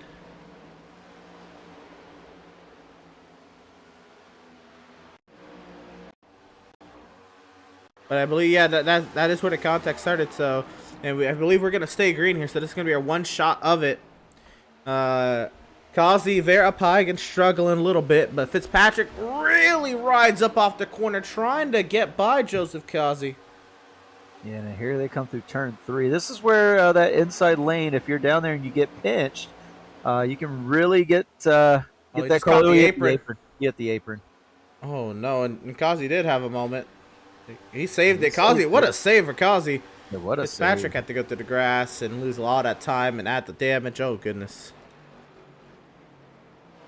Fitzpatrick was having a great run, and right there, that was of his own doing. But we got a battle for lead. We're going to go up to this. And this is Jennings actually passing Zoltan Herzeg for second in a turn of events. We weren't expecting a Max Service is here as well. Yeah, all the leaders are here, but what Seth wants to see these guys do is stay side by side for a long time. But Herzeg got a huge run. Oh, Seth blocked him beautifully there. He just parked the car right in the middle. Zoltan couldn't pick a lane quick enough.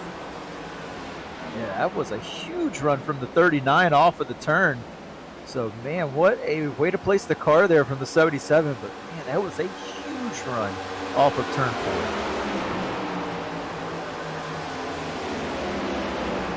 And again, if we stay green, this could all be for stage 2 stage points right here. That comes up at the completion of lap 77. So it's important to kind of keep tabs on all these cars up inside the top 10. Zoltan looking to try to get another run on Seth Berger here. Jennings trying to block Max the way Seth kind of put a block on Jennings. I'm sorry, on Herzeg. And now we got 6 cars, nose to tail, for the race lead, Devin. Yeah, this is what you like to see. 6 cars. I mean, yeah, it's a breakaway, and the guys are getting spread out. But there are 6 guys up here that are fighting tooth and nail trying to get to where this 77 car is before lap 77. Herzeg, another huge run. Here comes Max on Jennings, 3 wide. Maybe Jennings trying to keep it pinned to the inside of Herzeg. And that's going to compromise Max. That'll give him, he'll have to deal with the 34 down the backstretch there, but he keeps in front for now. This is crazy. 6 cars under a blanket for the race lead, and this isn't a plate track. Yeah, now Jennings poking to the outside is not going to have the lane. It's going to be blocked off by Herzeg, but he stays up to the outside. Max Service to the inside looking for the podium position. Oh, Seth got sideways. Here comes Zoltan. Oh, this one's going to be hard. Zoltan lost a little bit of steam. There. He's going to try the high lane here. Try and diamond off. He gets such big runs doing this. I'm not sure what it's doing to his tires. This is it. Sure. Yeah, I'm not sure what it's doing to his tires, but he gets such big runs off of turn number 4. Side by side for the lead. Zoltan, Herzeg on the bottom. Seth Berger up high. Zoltan a little sideways. Still side by side up off the corner. Zoltan's not cleared yet. Seth fights back. Jennings there in third. Max watches from fourth. Yeah, and who's Jennings going to go with? It looks like he can't really pick a lane. Running right in the middle, almost contact. Seth is back clear to the race lead, but here comes Jennings. Jennings trying to take advantage of them almost hitting there, but Seth Berger stays in the lead for a moment. Jennings is going to clear on the outside to second place. Max Service is looking to take third. Jonathan Jennings with the run down the back straightaway. Where is he going to go? On to 77 into turn 3.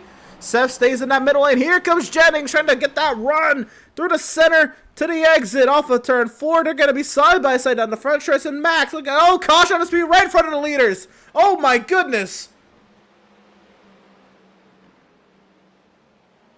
That is the 47 of Andrew Schroeder. Oh, yeah, that was right in front of everyone. He still can't get going. There's a lot of cars still coming. He should be able to go after Andrew St. Coeur passes him.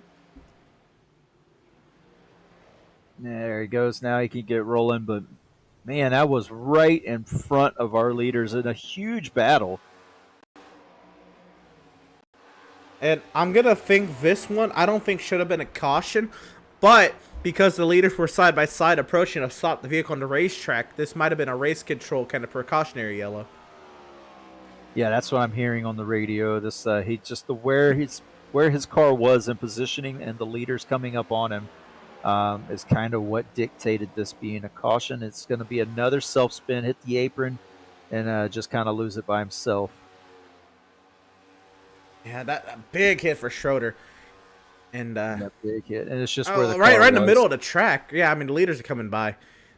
There's no way like that shouldn't be a yellow. At least some sort of call out to the leaders, and the best way to call it out to the leaders is a full course yellow, of course. So, it normally that doesn't constitute a caution by itself, but because he was parked in the middle of the track and the leaders were coming by, that's an amazing call by race control. So Seth Berger's going to win the race off pit road, and Jeremiah Stutzman stays out. Yeah, we've been seeing this. Some guys getting out there trying to get laps led, get points. Yeah, I think that's what Stutzman's doing, just a lap led. Yeah, Stutzman's trying to get the lap led. Unfortunately, he was involved in an incident earlier, and he's had a rough season just trying to get all the points he can, and this is going to be one of them right here. But I do believe we're going to see that 71 diving into pit road now.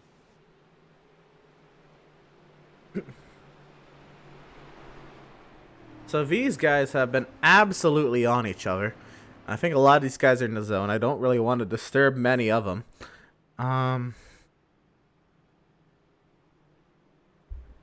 But I do want to see if I can find him. But this is a driver deeper in the pack, but this is just because I want the guys who are battling for the lead to kind of stay focused. I want to bring on up driver of the number 84, Derek Mcmurray. He's down in 14th right now, but Derek was really lighting it up there in the midfield, making a lot of overtakes and had that intense battle with Adam Gardner there. Derek, how's the car been? Man, it's been great, man. Probably best next-gen car I've drove. It seemed like it. It seems like it's very raceable. You can kind of throw it into the corners. What's that dynamic been like? We heard a little bit earlier from Zoltan Herzeg that it kind of feels like when you drive to the bottom of somebody, this car kind of hits a brick wall. What does it feel like to you, and how do you combat that? Yeah, I mean, if you get down there and you get stopped up at all, you're just going to have to back up and make a run. There's no coming right off somebody's bumper, getting down there and making a pass here. Not at all. So, you started in 12th. It says you've been as low as 23rd. But you've been up as high as 7th. You've kind of been a journeyman through the middle of the field. What's this 84 got, and what's it going to take for you to maybe get up there and mix it up with the front runners? Well, I made a decision right there on pit road. I took tires at caution before the caution before this last one, but I just decided to go back in. When I took the lead right there, I could have stayed out, but I didn't really know what my tires were going to be like, so I just made the decision to go back here and fill it out and see what kind of wear I got for that little bit of a run in the race. So we're just kind of feeling it out right now, seeing how things are going, and I think it's got a little bit of something, man. If we can get up in there in that top 10 and we might have something for them. I don't know about them leaders; they're pretty fast. Well, I guess we'll have to go ahead and wait and see, Derek. I know y'all are coming around to the restart, so we will let you go. But yeah, hopefully we'll talk to you a little bit later on, Derek. I appreciate it, man. Y'all have fun up there. Enjoy. Yes, sir. That was driver of the number 84, Derek Mcmurray. And yeah, again, I could have talked to any one of these front runners, but I think they are all locked in for this stage win, and it was that intense. I think that would have been a great one, but I think I'm going to leave it for whoever may win the stage 2 on the next yellow, if we do get a next yellow, of course. But here we go. Oh, This is gonna be intense right here. Track 10 down to 93 degrees. Wind still about 12 miles an hour out of the west. VIRacing.com. Safety vehicle back to the safety of pit lane. 5 laps to go in stage number 2. We're racing from Joliet.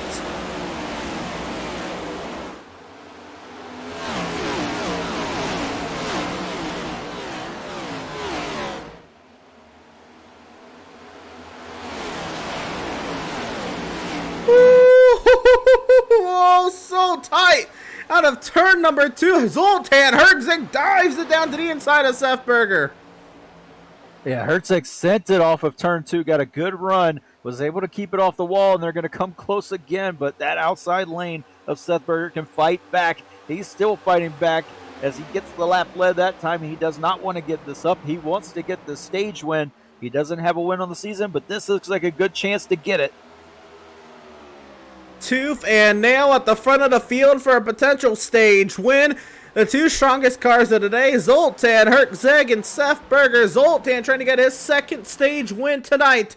Seth Berger just trying to see what he can do on his home track. Max Service emerges from the rest of the pack. They're in 3rd. Yeah, Jason Miz has had an off. Looks like he's gonna. Looks like he is done. He's actually all that Ford out of here, so we'll pick that up later. Try to get back up to the race lead. Still side by side. Seth up high and Zoltan down low. Yeah, we know Max is going to stay with his teammate up high, but man, this is a great battle between these 2 guys here tonight. We still see some lingering smoke from the 24 car going around on the front stretch, but here it is. We got a couple laps to go now. And still side by side between Zoltan Herzig and Seth Berger. 2 laps to go. Zoltan trying to wrap that bottom. Seth really rolling that top side. Still neck and neck down the back straightaway. Yeah, and what this is doing is allowing these guys behind him, these other cars that we've seen here, these 6 cars under a blanket, still fighting for position. The 34, Gianni trying to put some moves on Max Service. So we got 2 B&G cars and 2 Swift cars battling out positions. And don't forget about sideways is Gianni. Gianni holds on to it. Zoltan loses a little bit too. Both B&G cars got sideways there. And half a lap to go in stage number 2. Seth Berger now emerges out in front. Will he be able to hang on through 3 and 4? And off of turn number 4, the home track, driver Seth Berger will win stage number 2, but here comes Zoltan Herzig to look to take that lead right on back. And we have a massive wreck. Matt Rogers, Nate Aldridge around. And they're still wrecking. Oh no, Molnix is around in turn 2. Massive. Oh no, Andrew St. Cour nowhere to. Oh my goodness, Aldridge nearly. Big, long accident to break down here. Oh my goodness. Jeez, we got 2 things to dissect here. That's a big incident off of turn number 4, and then an incident coming off of turn number 2 after the caution been called. So, a little hard to see here. It looks like, Matt Rogers lost it again. And Aldridge lost it as well. Mickey nowhere to go. Oh no, but there's still somebody else wrecked back there as well. Aldridge didn't get any damage. He just took it through the grass to avoid the contact. So no worse for wear there. Mickey is done. Mickey has left the session. Mickey's done. That was a big hit for Mickey, and he had nowhere to go. I'll try to see if we can get an overhead shot of this. So yeah, there's Matt Rogers sideways. Looks like, for what it's worth, that 3-car incident, that should have been the yellow. But they all keep it going. The next incident is Molnix. I can't find him on timing and scoring. Oh, there he is. We're going to catch this one late, though. About to go back and watch the replay. Oh, my gosh. And it hit right there as well. I think Molnix was helped on this one. This will be an intriguing one to look back at. From the driver that we just talked to here, Mcmurray going underneath him here. Here in the turns. Turn 1. Mcmurray just clips come together. Molnix. They just come together. And the caution had been called, so that's oh my gosh, what a hit. Oh my. I believe that's going to be St. Cour's night done. Oh, most More definitely. than likely. Okay, one more look at St. Cour approaching this, and you can see here the aftermath of the first wreck that brought out the yellow. But I guess no one had called it yet. No, They had called it. They had called it. And I'm not sure what St. Cour is doing. You're supposed to back down and kind of maintain position, hold steady. And he's just flooring it. And runs right into him. Man, that's a huge hit too. Yeah, the caution had been called when the leaders hit turn 1. I heard race control come over. They said, hey, caution's out, caution's out.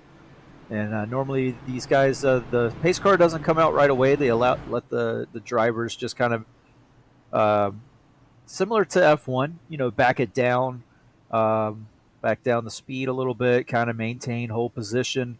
And then the pace car comes around when they get to the next lap and picks them up. So that's kind of how they do it, just to limit the amount of caution lap that we run. But I do want to go ahead and kind of get this one out of the way. I know we already talked to him once this race, but you did just win stage number 2, Seth, in a absolute dogfight, no pun intended, with Zoltan Herczeg there.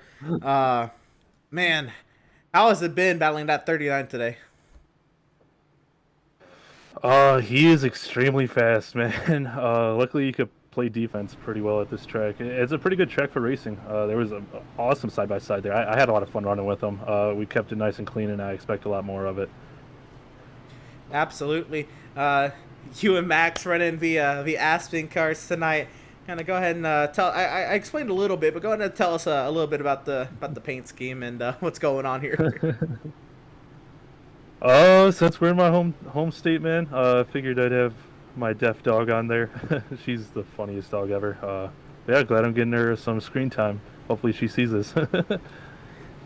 Isn't that amazing? So we're here, coming up to halfway in a couple laps.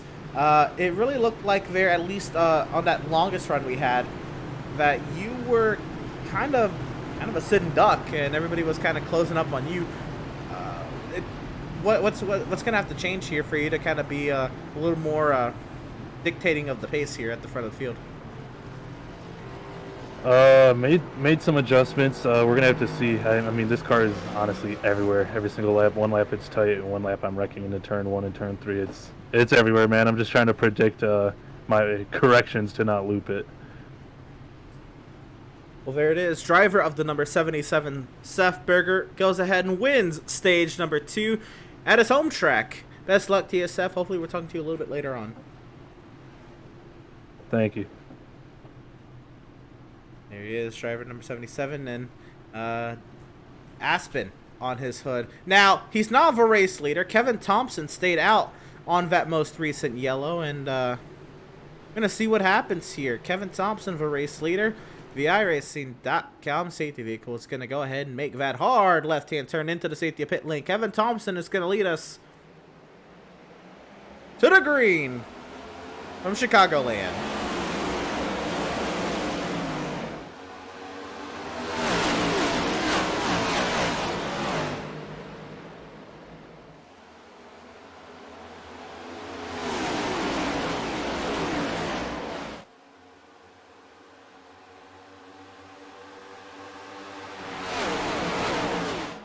Kevin Thompson under heavy fire right now from Seth Berger, Zoltan Herczeg, and the like. Sideways is Thompson. Hold it up there, buddy. Wow, big loose from Thompson up there. Luckily, he doesn't get anybody. He's able to correct the car. But, man, that was right in front of Zoltan Herzog. Now Thompson sends it up to the wall, allows these guys to get by. Max Service now underneath him, trying to get in front of him. Is he going to clear him? No, he cannot clear him off of the turn. But Joseph Causey has worked his way back up here. He's back up into 6th. He's looking to get around him, get himself into the 5th position. Yeah, Kazi's back. Looks like he's going to follow Max by at the 21, and then we'll see what happens there. Pratt has made his appearance up inside the top 10, looking to see what he can do with the 21 as well. Here comes Jennings, and James Gilly with all that damage is inside the top 10. Yeah, James Gilly, the last time we saw him, he got that front end dented Look in at that quite front a end. bit. And it's still dented in, but man, he's got a lot of speed in that 33 car. Again, one of these B&G cars has got a lot of speed tonight. We've seen his teammate up front battling with Seth Berger. You heard Seth Berger, very fast car in that 39. So, man, yeah, and the 34 as well, both fast. 34 up to 3rd now, Gianni. So, yeah, they got a lot of speed in that camp tonight. Side by side is Pratt and Jennings. Gianni's lost a little bit of touch with his teammate Zoltan Herzog and race leader Seth Berger. But up front, Zoltan has tightened it up for the race lead. Here we go again. Yeah, the common theme here, the 39 and the 77 continue to battle, and a big run from the 39. He looks to the outside now. He has the preferred lane going into turn 1. And fastest lap for Zoltan. Here we go into 1 and 2, but Seth's going to try to power it up the inside. I don't think that's going to work out too well. Zoltan around the outside nearly clears Seth. Seth's going to try to fight back, and Seth will clear back behind Zoltan Herzog, who reclaims the stage 1 winner back out in front in Chi-Town. Yeah, Seth tried to block the outside lane, but Herzog really pushed the issue to get to his outside, knowing that was the best way to get clear of him. And I was able to get it done that time around. Still watching Causey and Jennings. This battle feels like it's been going on forever, all race long. It was a battle for 3rd. Now it's back to this battle for 5th between Causey and Jennings, and they will not go away from one another. Jennings trying to clear Causey. He's cleared now, and he will clear Joseph Causey. So move Jonathan Jennings up into the 5th position. Max Service holding station there in 4th. He's next on the menu for Jennings. Yeah, there's a lot of speed again in that 91 car. As we've seen most weeks, that 91 seems to be a factor at some point. And yeah, he's just been biding his time, hanging out around the top 5, 5th, 6th, 7th, somewhere in there. And just slowly making his way up. He sees those 3 cars in front of Max. Max is sideways. Big save from the 81 car. Oh, here we go. Nearly 3 wide, though. Looks like Causey actually is going to file in behind the 91. Yeah, Causey thought about it, but then thought better of it. So, but what I was saying is that 91 sees those 3 cars in front of Max getting smaller and smaller in the window, and he really wants to get by, see if he can track those guys down. And Gianni's going to go ahead and blow on by to 77 as well. Here comes Robert Gianni, cleared up into the 2nd position. Oh, Seth nearly cut the wall there out of 4. Yeah, it's maybe an adjustment. They said they've been making adjustments on the pit stops, so maybe this adjustment not what the 77 was wanting. Car not reacting well to the adjustment made. We'll have to see. Maybe they set it up a little bit better for the long run. So we haven't really got a good long run yet, so we're not really sure how these cars are going to react when they get close to the end of the fuel run. But yeah, it's we might get to see that now as we've kind of thinned the herd. The cars are starting to get spread out, but there's still some big battles as we see the 88 or the 82 there battling with the 16. Schumacher not able to quite get clear of Eric Peck, but still trying gets a good run off of the turn, but compromised on the exit. Adrian Schumacher back in the 11th position, trying to see what he can make out of this race. And as we're now well into the 2nd half, Schumacher, he had the speed to be up there, but then he went on an alternate strategy that has not really paid off for him with the full course yellows. Schumacher, I mean, stares at a heavy competition right in front of him, and not too much he can do about it. Yeah, he's gotten bogged down with this traffic, not lap traffic, but traffic in front of him that he didn't have before. And he's not really been able to make up the positions to get back to the front. So it's a kind of a rock and a hard place when you get these slew of cautions, especially when you're trying an alternate strategy. And he kind of just got caught out making the wrong decision. And it happens from time to time. But I do believe that 82 will have speed over the long run if we can finally get a long green flag run. So I look for him to make up positions as we go, further into this green flag run. Seth Fitzpatrick has been on a charge. He's looking to try to see what he can do with Derek Mcmurray there in the 8th position. Everybody else has kind of singled it out here. Gianni has not really closed too much up on Hertzeg. And Seth is up there. And behind Seth, it is over a second advantage he has over Jonathan Jennings.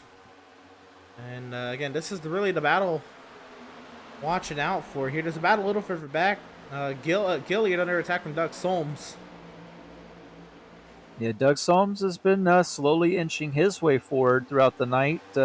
Started in 16th and is kind of hanging around that position, but it does look like that car's a little bit better as we go in the long runs. He starts to make up some positions. Looking on the inside of the 33, is he going to get clear off of the turn? It does look like he's got it. And I think that 33 being compromised by that front end damage more than anything on the exit of the turns. Fitzpatrick will dive it down into turn 3. He's cleared Derek Mcmurray by a mile. Move Fitzpatrick up into the 8th position. Mcmurray trying to get the run out of the corner, though. And it has tightened up a little bit at the front of the field. Gianni is not going to leave his teammate alone.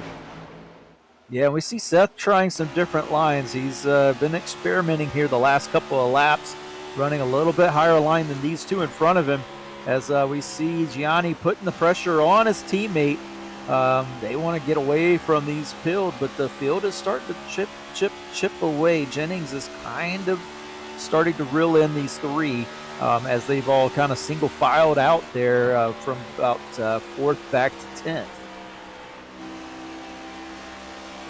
Gianni trying to see if he's going to just sit behind Zoltan. Looks like he will for now. I think he got really close at one point. I thought he maybe was going to attempt it. Maybe he's now thought better of it. Hey, there's a little bit of conversation going on there, like, hey, the pack is coming. Let's not battle it out right now. Not entirely sure what's happening now, but now I think Gianni's kind of gone into defensive mode over Seth. Yeah, and it looks like Seth's found something. Maybe the car's just coming to him here. Maybe that setup that change they made has kind of set the car up better for a longer run. But looks like that 77 is starting to come online now and fire off, and he's really putting the pressure on the 34 to get something done. You know who else is putting the pressure? Jonathan Jennings. Less than half a second back now with Seth Berger. Here he comes. Jennings is kind of separated away from the pack behind him. A lot of speed coming out of that 91. He's pulled away from Joseph Causey and is caught up to Seth Berger. This is going to be a 4-car battle for the lead here, but not before long.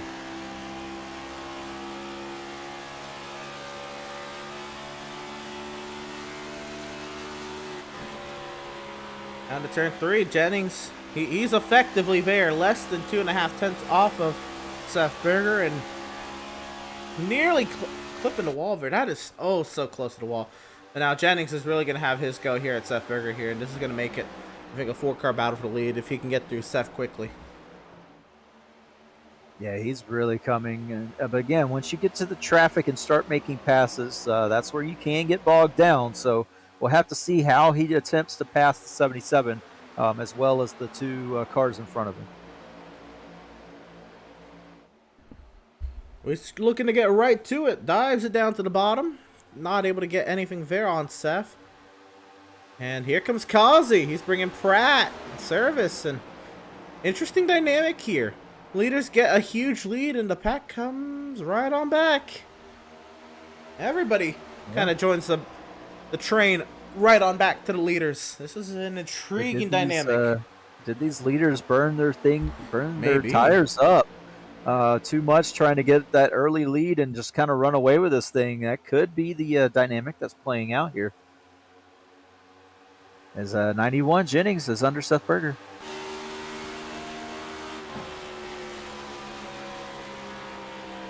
Joseph Causey in the 5th position.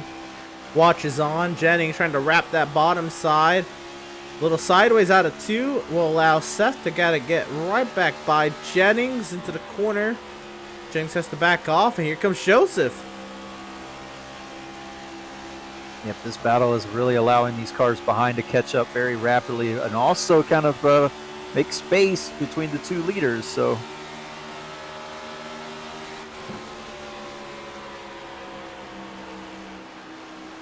Joseph watching on. He sees that hole glaring in the middle. He's going to go with Jonathan Jennings, maybe. Seth powers back down the straightaway, and Jennings shoots it off into the corner. yeah, so hard to get the pass done here, but it looks like Jennings is going to try. Almost clear, not quite that time. That was close, almost in contact. Oh, Joseph right to the back bumper to 91. Oh, Jennings had a bad little center of the corner there. Seth's going to have a great run out of 2. And Joseph saw that. Look at Joseph. Immediately go to the top side. Yeah, Seth talked about it in the interview that you just did with him. You can play very good defense here if you get it right, play up on that outside, make it very tough on the person trying to pass you. And that's exactly what's happening here with Jonathan Jennings. Now he's got to have some frustration knowing that he's pretty quick and he's loose. Good catch right in front of Joseph. I think Joseph may need some new pants after that one. Here comes Fitzpatrick on Max, though. That for the 6th position.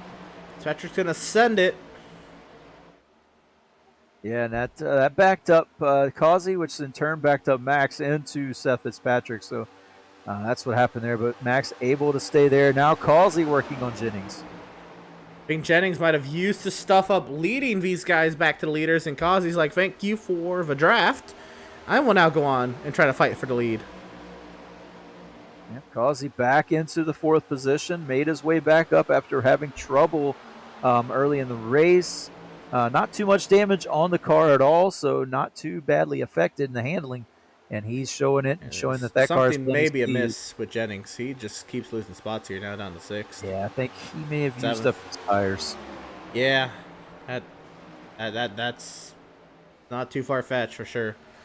Mcmurray even wants to get in on that spot. So here comes Fitzpatrick back on Max. This is a huge run that Fitzpatrick had, but all for naught. He kind of lost it there in the center of the straightaway. Yeah, here comes Causey. Fitzpatrick is on Seth, and Causey trying to look at the inside of Berger, not able to get it done, but still side by side behind them for Seth Fitzpatrick and Max Service.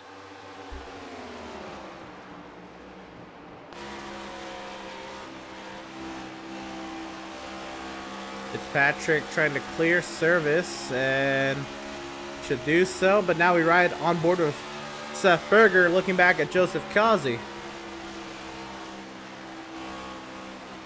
Yeah, Seth running a very defensive high lane, allowing these guys to get to the inside, just knowing that they're going to have to really fight him to get around him, and he's able to keep the momentum up on that outside lane. But you see him, he's running that 3rd lane up there, really making it work. It's the 77 car. On board with race leader Zoltan Hertzeg, looking back at teammate Robert Gianni. And looking back at Seth in 3rd, Causey 4th, Fitzpatrick 5th, Service in 6th under heavy pressure from Derek McMurray, who wants to take on the 6th position. And this battle. Yeah, and then Jennings is right there as well. Looks like maybe he just needed a lap or 2 to get the tires cooled off and back under him. But yeah, Max is now the one that looks to be struggling. McMurray will make easy work of the 81. Here comes Jennings. That's the battle for the points lead right there, and and then some, obviously. But Jennings came in as the point leader. Max Service 2nd.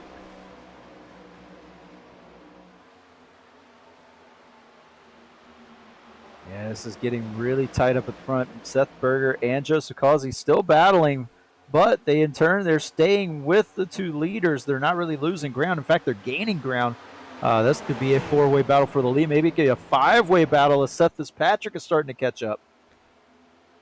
Kazi looks. Can he do anything? To the inside of Seth. Seth gets the run off the quarter. And no hold station. Gianni is content riding behind Zoltan Hertzeg. And I believe, we're still going to have a pit stop in this race for sure. We're not done with pitting. We have another, I'd say 30 laps before we see pit stops. Or will drivers try to split the final half of this race in half, making it pit stops potentially in the next 10 laps? Yeah. I mean, it's a very interesting call whether you try to run this thing empty or you try to split it in half. With the slew of cautions that we have, kind of makes things more difficult. In a normal Outlaws race, you know it's probably going to go green, so you can split it in half and try and do the undercut. But I'm not sure if that's going to work here because you can make up quite a bit of time. These guys running about a second a lap slower than their fastest laps of the race right now, so there is time to be gained by pitting a little bit earlier. So especially with how close all of these top drivers are. But as Seth looks to the outside, not quite able to get there. But how dependent are these drivers on the draft to get them their lap time? Is that going to have a trick? Do you have to be in a pack to short pit? Yeah, that's another factor that could be thrown in there. I'm not too sure on that one. It does seem like these cars like the fresh air, especially a mile and a half, so possibly not. But again, you do run a little bit faster in the draft, so maybe to get all it's worth, you come in with a group. But that kind of defeats the purpose of undercutting at that point.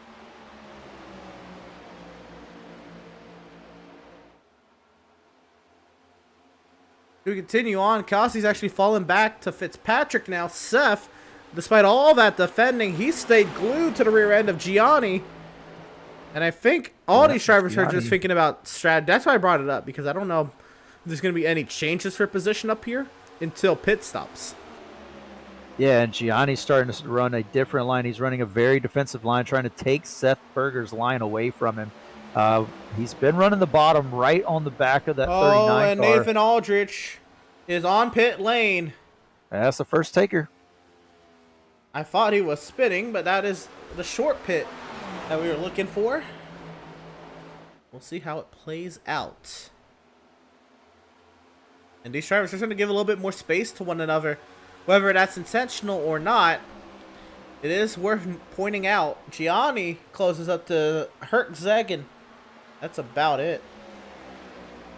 Yeah, and Gianni has really taken away Seth Berger's lane. Seth Berger liked to run that top lane.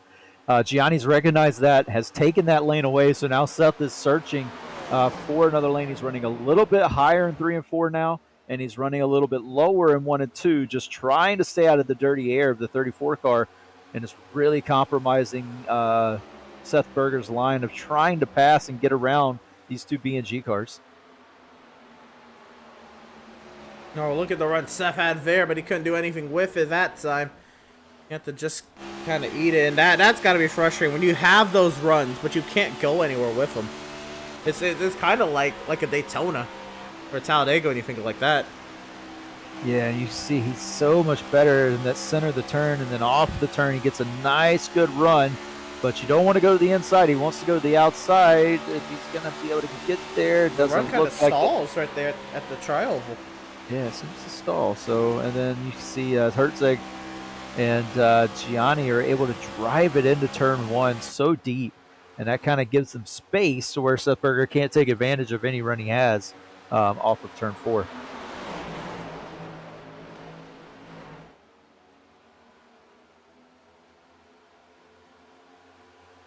And now we got 6 cars back under a blanket for the top spot here.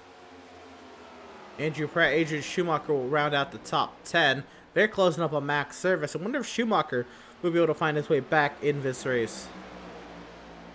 Yeah, he slowly made up positions. Restarted the stint here back in the 14th, 13th position. Now he's back up to 9th position. So slowly but surely he is working his way back up like I thought he would. Seth, loose in turn 4. Oh, that's going to open the door for Joseph Kazi, who will get to the outside. And that's going to be huge. That's going to shake it up at least. It's going to move Kazi to third. If Seth can't battle back here, Seth's got hot tires as well. He's going to try to do what he can on that bottom side. Kazi should get on by. Seth sideways trying to get in front of Fitzpatrick. Can't do it. Yeah, and then the train happens there on the outside if you're not careful. And you've been running that top lane. Maybe he will get clear, Yeah, he Fitzpatrick. did it. Okay. Yeah, if you're used to running that top lane and your car's up there, and when you get on the bottom, it just becomes a train effect. Yeah, it's really tough to roll that bottom if your car's set up the way that Seth is running that high lane. So we see Seth still trying to work over that 77 car for a position. And now, right now, I don't know if he's in a pack. No, he's by himself. But Aldridge is running half a second faster than the leaders with his fresh tires. So, is anybody going to be brave enough to try the undercut? I don't know. But I'd say if you have nothing to lose, why not try it, right? Yeah, and it seems we're pretty spread out now. There's still some good battling going up here at the front, but everybody else is very spread out, so you may expect it to go green here. If you don't think you can get around these two BNG cars, why not try something to try and maybe do the undercut, put yourself in a position to be the one that they have to get around. So if you're the 88, the 77, Mcmurray there in the 84, why not go for it, especially if you're Mcmurray? I mean, this is a guy who's not had such a good run most of the season. Now he finds himself inside the top 5 with a chance to win this thing. You're right there. Maybe you can pull this off and get around, and we'll have to see. Pit stop should be coming up here very shortly. And he's sideways. Right as you were talking about him, he gets sideways. Man. There goes Fitzpatrick. But yeah, and so now that you've lost these positions, it's a good chance. You know, why not come in? Why not come in and take the gamble, do something different, and try and get this win? Put yourself in the position to be the one dictating the pace.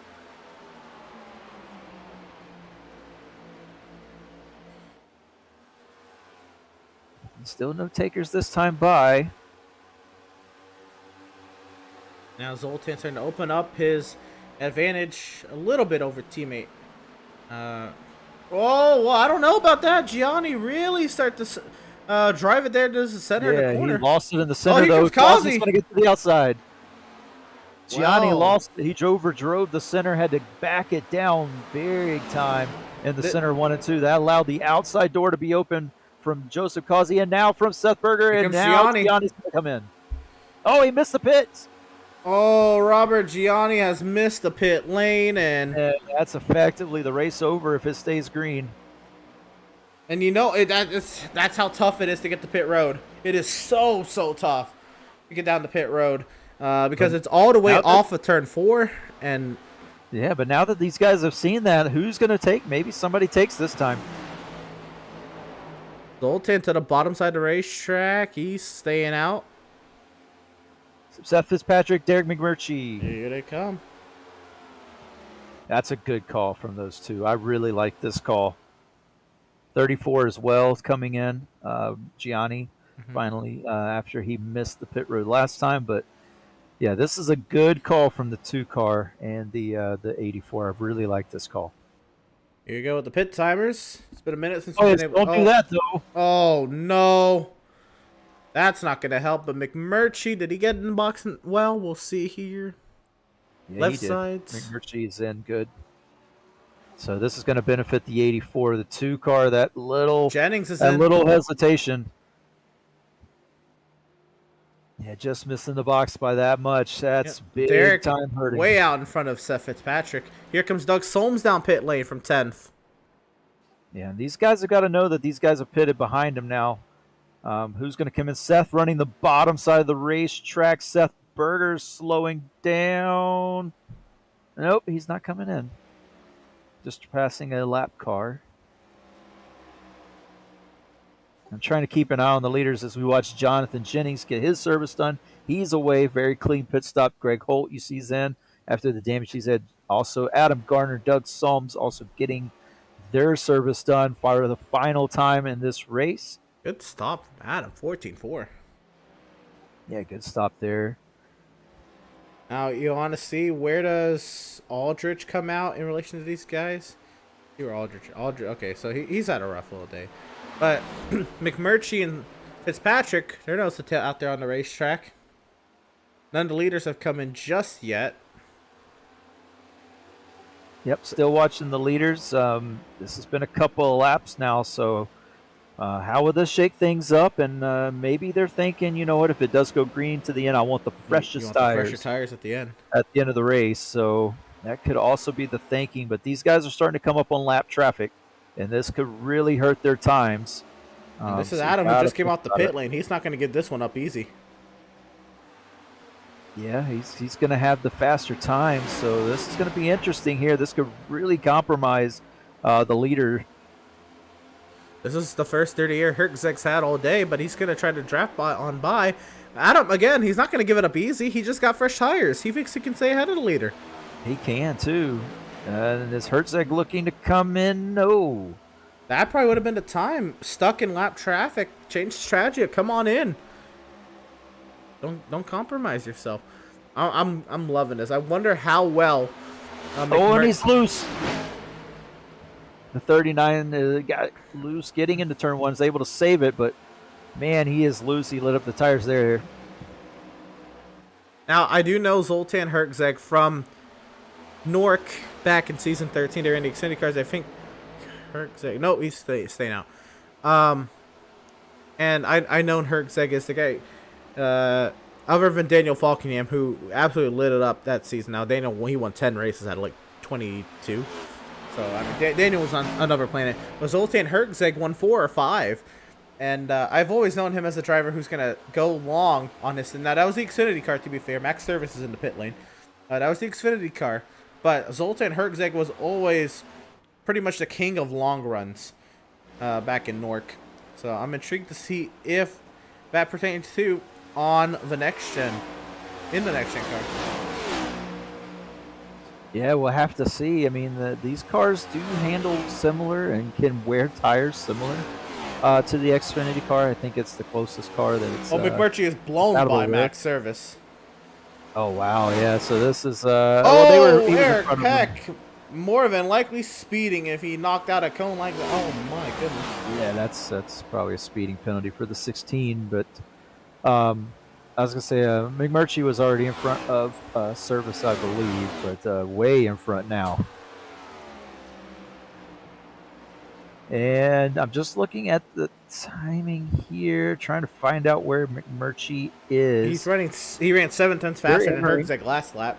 Yep, and they are exiting turn 2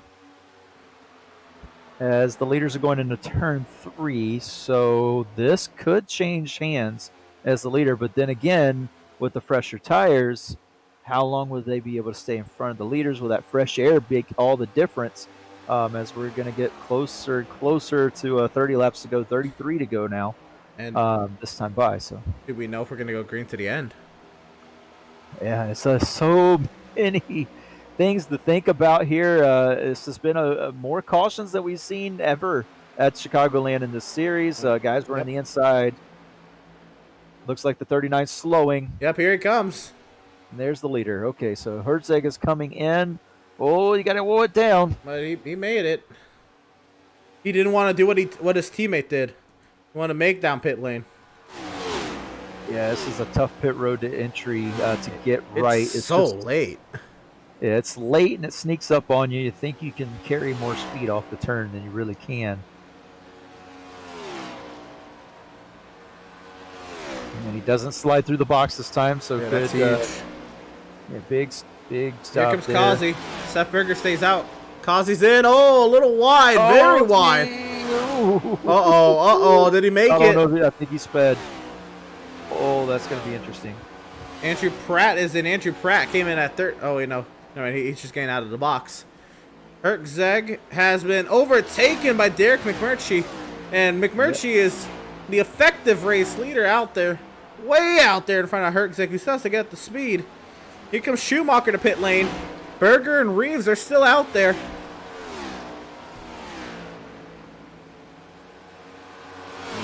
Is that a race-winning call there from the 84 team? And now, oh, no. Seth Berger's still going. I guess Seth Berger's made his bed now. He's got to go as long as he can. Yeah, at this point, you got to go as long as you can. Maybe hope for a caution here. Trap people a lap down. There's only 2 cars on the lead lap. 3 cars on the lead lap. Seth Berger, Jacob Reeves, Jeremiah Stutzman.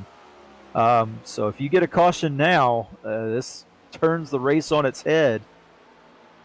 This is the battle now for 8th in track position. Effectively, I'd say this is the battle for 5th between Hertzeg and Kazi, and that's huge that this is the battle for 5th that I'm talking about. Yeah, this was the battle for the lead not too long ago. Reeves is in.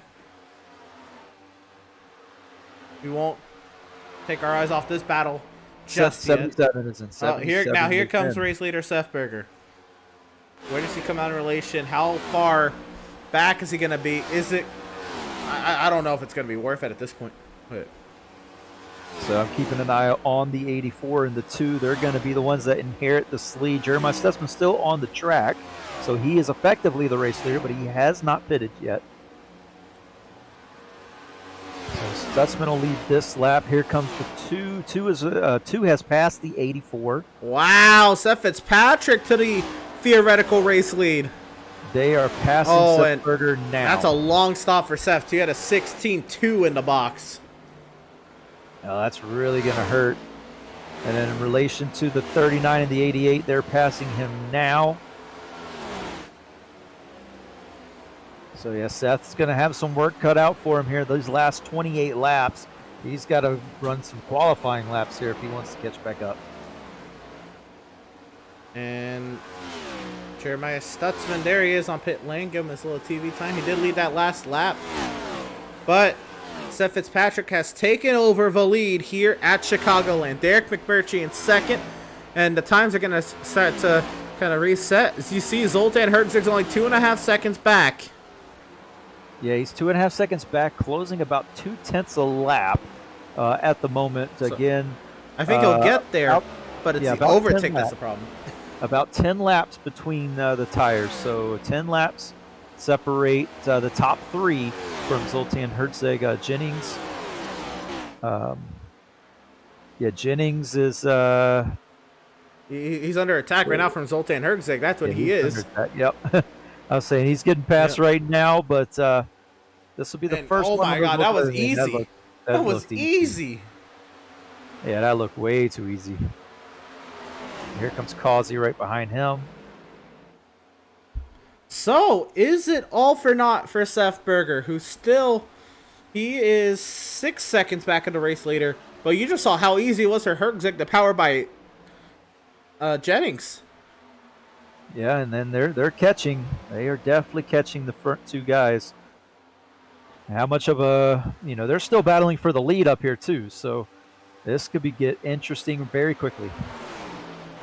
I think McMurray, I don't know, I guess battle for lead. Hopefully you get a caution at this point because you're getting caught, or I don't know, because if you battle Fitzpatrick for the lead, you're just gonna hurt both of yourselves. I don't think it matters at this point. Might as well. Yeah, these guys are catching really quickly now. They're within a second. Like under a second. So it was a good try here from these 2 guys. I really like the call. You had to do something different. You know that 39 is fast. The 77, the 88. If you wanted a chance to win this race, lead some laps, this was the chance to do it. Unfortunately, it doesn't look like it's going to pan out too well. Hertzeg, man, is on a rail catching these guys. He's on the back bumper already. Yeah, he's looking at McMurray now. Like he's, oh my goodness, to the outside. McMurray, I guess, tried to block, and Hertzeg will just power right on by the outside. McMurray fights, and that is a done deal for a second. And now Zoltan Hertzeg powers up to the rear end of Seth Fitzpatrick. He's near contact, and McMurray. Did McMurray go around? Oh, McMurray's wrecking! McMurray's around. And that's gonna bring out a yellow. Oh no, he hits Jennings! Is that Jennings, the 91? Jonathan Jennings got hit there. Jennings is gonna have right front damage. Oh, no.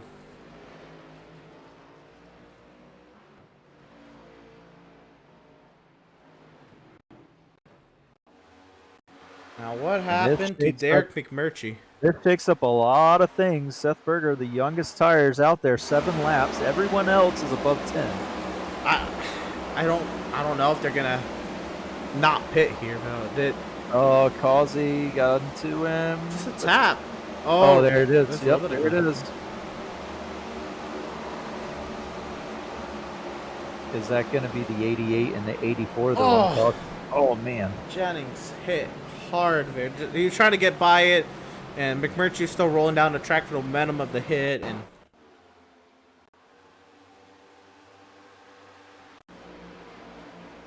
Man, is that going to be the 88 out of the an EOL there? Normally, the first 2 drivers involved in the incident that brings out a caution in this league, both of them get EOLs. let's see here. Yeah, I mean, we saw it from the overhead, right? But that's gonna be hard to sell against. Yeah, and everybody's coming down except the 77. 77 stays out. Oh man. An intriguing decision there. Fitzpatrick's in. Berger stays out. Well, we shall see.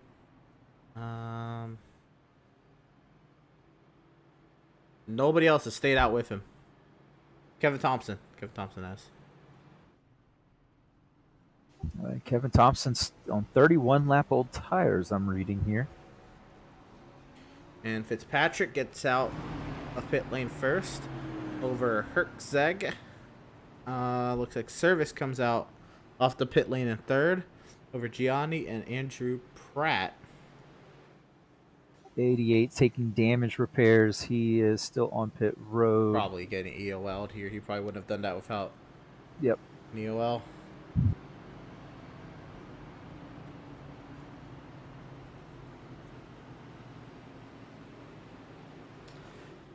Well, this changes everything. Seth Berger has stayed out here. Kevin Thompson has stayed out. I don't entirely know to play for Kevin Thompson. This is going to trap the 44 of Molnick's a lap down. Thompson is coming in now. Molnick's will not get a lap back there, and Molnick expected to. Fitzpatrick has fresh tires. Yeah, this will give Jeremiah Stutzman a lap back. He is in front of Seth Berger. And there goes Molnick's getting sent backwards.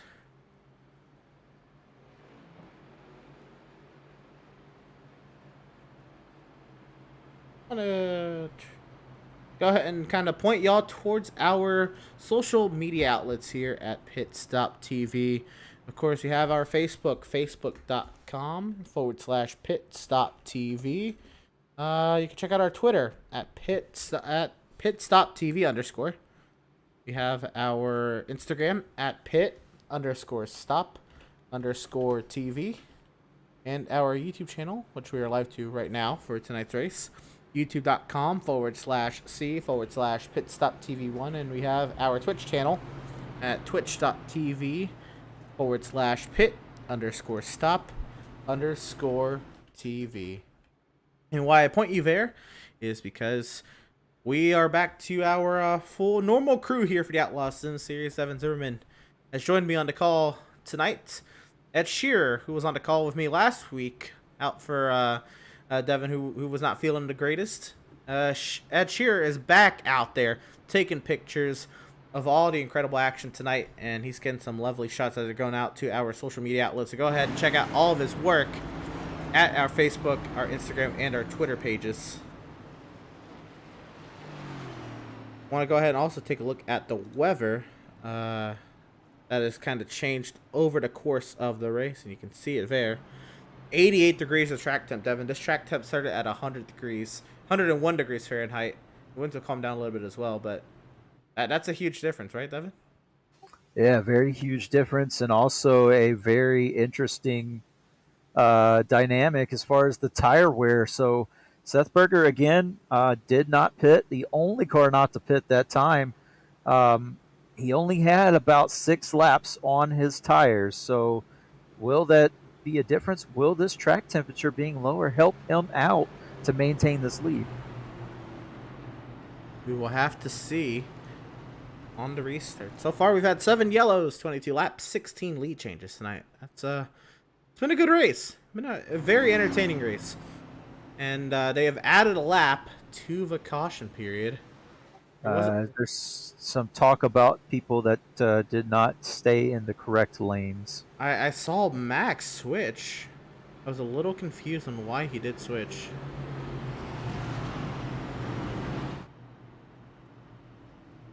We will see what race control rules. Race control is Joshua Balliet, driver who made it to the championship 4 in season 1. Drove the 7 car. And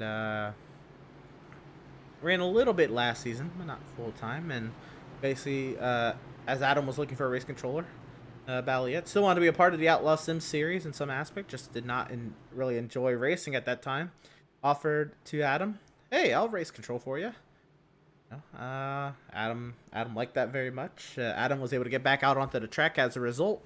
We have a full-time Adam Gardner, as Joshua Balliet kind of runs everything in the race control booth. And like no changes were made up here anyway to the running order. And it looks like we're going to go this time by. So it looks like the field will stay the way it is. That just kind of helps Seth Berger out a little bit. Now makes it a 16-lap shootout. If we go green from here to the end, that Seth has to hold on to that race lead. The iRacing.com safety vehicle is in the safety of pit lane. We're racing once again from Chicagoland. Oh.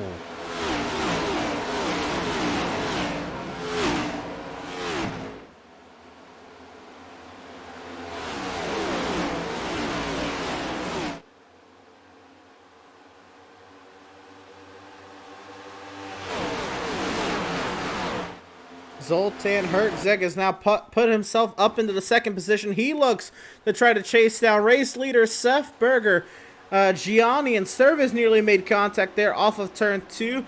But here's the battle for the race lead. Seth Berger now has to try to hang on against one of the fastest drivers all day today. Zoltan Hertzeg drives it down to the bottom side. To no avail that time around, but can Seth hold on 15 more times? Yeah, I'm not sure he's going to be able to do that on old tires. Maybe if he was on new tires, he would. You see Hertzeg clears him in the center of the turn, up in front of the 77. Nothing he could do. These fresh tires really on line. Seth's trying to fight back, though. Robert Gianni, the fastest lap that time round. Zoltan Hertzeg solidly cleared to the race lead. Fitzpatrick and Gianni duking it out there in third. Near contact. Oh, caution. I'm sorry, no caution. Accident. Now up and over is Kevin Thompson. That will be a caution. Barrel rolling down the back straightaway is the 21, and now he'll land on his wheels. A wild ride for Kevin Thompson, and his day is done. He is toted back to the pit lane, and that car is destroyed. Wow. That was a huge wreck back in the field. It looks like I think it was Andrew Pratt was the first one. He got loose. Okay, we'll see here at least what happens. I'm going to just assume Kevin Thompson catches up to it. And, yeah, there it is. Happens right in front. Oh, my goodness. And he goes barrel rolling down the back straightaway. Yeah, huge hit and a huge barrel roll down the back. And this really hurts Seth Berger. Now this caution, now that he's lost the lead and being on the outside, he's going to be at a disadvantage or wherever he decides to line up. But he's got to stay out, and now it's just complicating the problems of staying out on the old tires. As we see a bunch of guys in the back of the pack dive in. Here's Pratt. Sideways by himself. Hard impact into the wall. Got hit by Jacob Reeves. And, nowhere for Kevin Thompson to go. And got hit by Molinix as well. And Thompson just barrel rolls off the screen. Big accident off of turn 2 here at Chicagoland Speedway. Yeah, big impacts there. Now, this is not the gyro cam. This is just a static onboard inside the cockpit of the 21 of Kevin Thompson. I want us to ride on board and watch this ride, though. Here it comes, folks.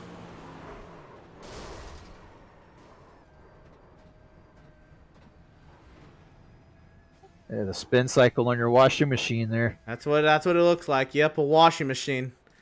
Over and over and over. He saw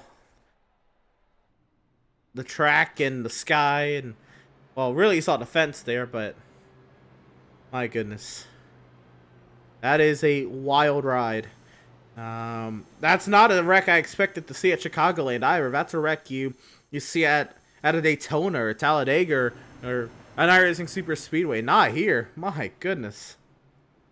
Yeah, real interesting to get a car to flip here at Chicagoland, but it can happen. We see it happen sometimes, especially on iRacing, and we get one there, unfortunately, at the expense of Kevin Thompson, who have been trying some interesting strategies. Thought he might get a lap led. I think that last time, unfortunately, Seth stays out, keeps that away from him. But yeah, it's going to get down to the nitty gritty here. We're going to be under 10 laps to go when we take the green.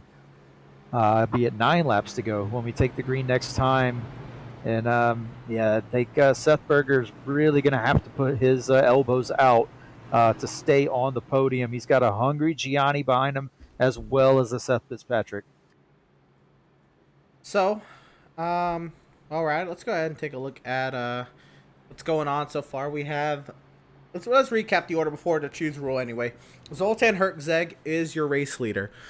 Seth Berger in second. Seth Berger is on older tires by about 6 or 7 laps. Robert Gianni is in third. Seth Fitzpatrick is in fourth. Max Service is in fifth. Adrian Schumacher in sixth.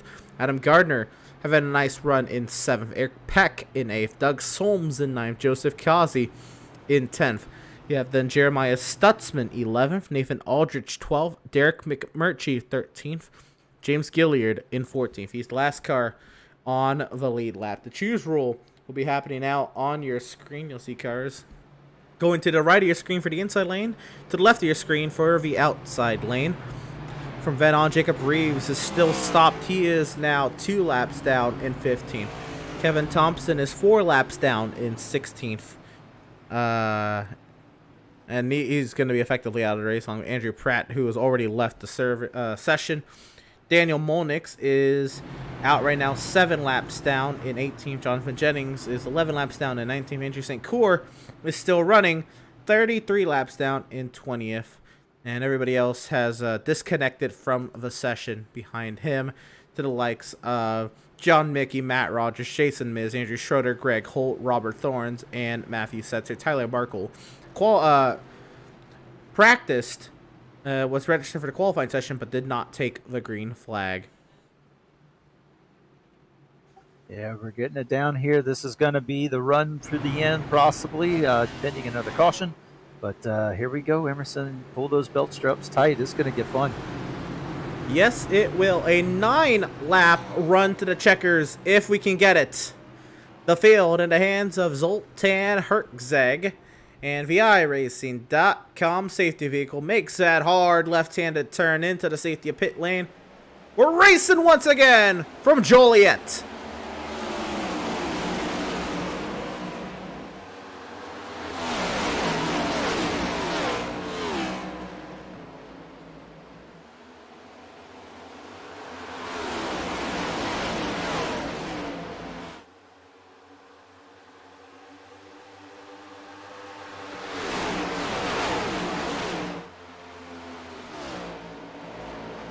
And never mind. I thought I saw yellow lights. My apologies. But very tight back here. Everybody darting around one another. You got oh so tight there off of turn 4. I thought we may as well nearly had a yellow there with how tight they were racing. Sideways is Adam Gardner. Sideways is Nathan Aldrich. Yeah, everybody's starting to get sideways, trying to get as much out of the car as they can. Here we go back to Adrian Schumacher. They're right behind him. Joseph Kazi looking to the inside, trying to make his way back up through the field after the incident that he was involved in. Hertzeg, however, is running away with this. His teammate, though, is the only one it looks like who can catch him. Seth Berger sitting comfortably in third right now. Seth Fitzpatrick in fourth. Max Service to round out the top 5. Seth Berger holding station there in third. Will he be able to hang on for at least the podium? We'll have to see. This time that'll be 6 laps to go for the leaders. And does Gianni maybe try to make a run? Is he going to be content to be in second for a potential race victory? Dangles in front of him. We'll have to see. Fitzpatrick tries to close that gap on Seth Berger. Yeah, and it's a big time. And Gianni the fastest here. lap. Big time decision here. Does Gianni go for the win here? Both of these cars have been running very similar lines the whole race. You're going to have to change it up if you want to get by your teammate. Passing here is oh so difficult. What do you do if you are Gianni at this point? It depends what he wants. Does he want to win? He's got to ship it to the outside if Zoltan takes the inside and vice versa. Gonna turn 1 a great run. We'll follow him there. 5 laps to go. 5 laps to go. I think Seth Berger Berger is still sideways. battling with Seth. Yeah, he's battling with Seth Fitzpatrick, trying to run that high line, forcing Fitzpatrick to go down on the low line.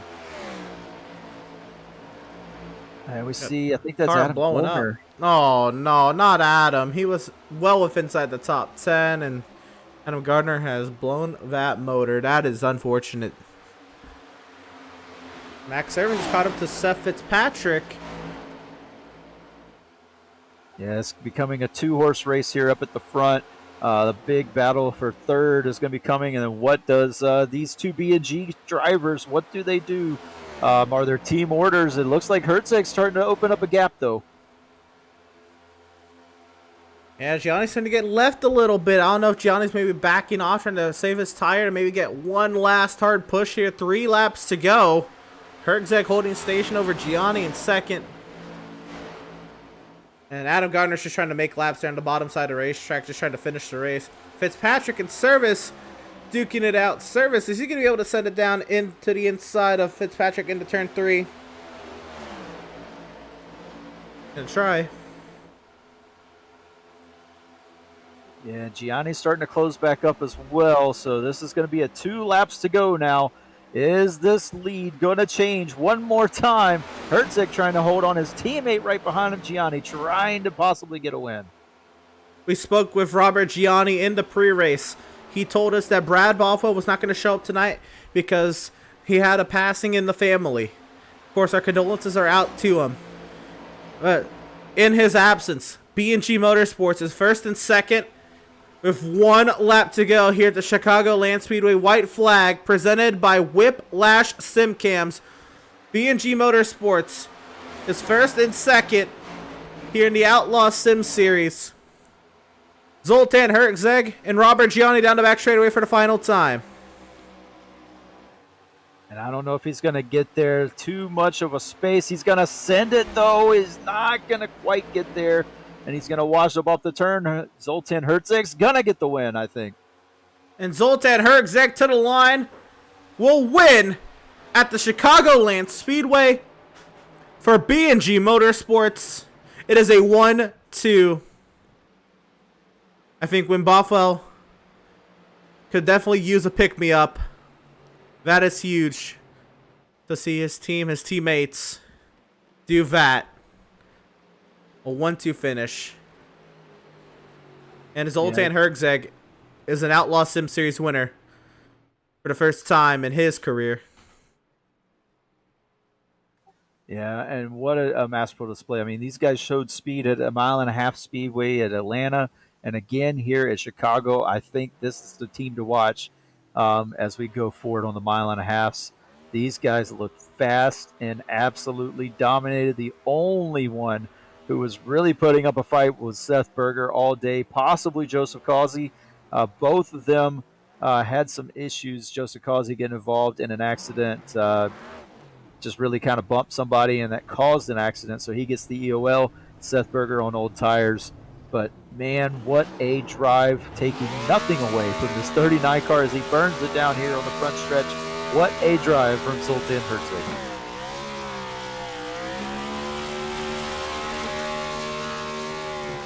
Zoltan Hertzeg burns it down on the front straightaway. Now look at that beautiful straight line burnout. And, you know, Zoltan definitely, I mean, he was the dominant car today. He was definitely the fastest. And, well deserved, I think. Zoltan Hertzeg with the win at Chicagoland. And he's going to go on a Polish victory lap. We'll let him do that, and then we'll bring him on up for a post-race interview. We kind of let him have a moment to himself. Yeah, let the BNG Yeah. fans, BNG faithful here watching, knowing that one of their drivers is going through a difficult time. This, again, like you said, Emerson, should have helped provide a pick-me-up, knowing that this team came out here and got the 1-2 finish.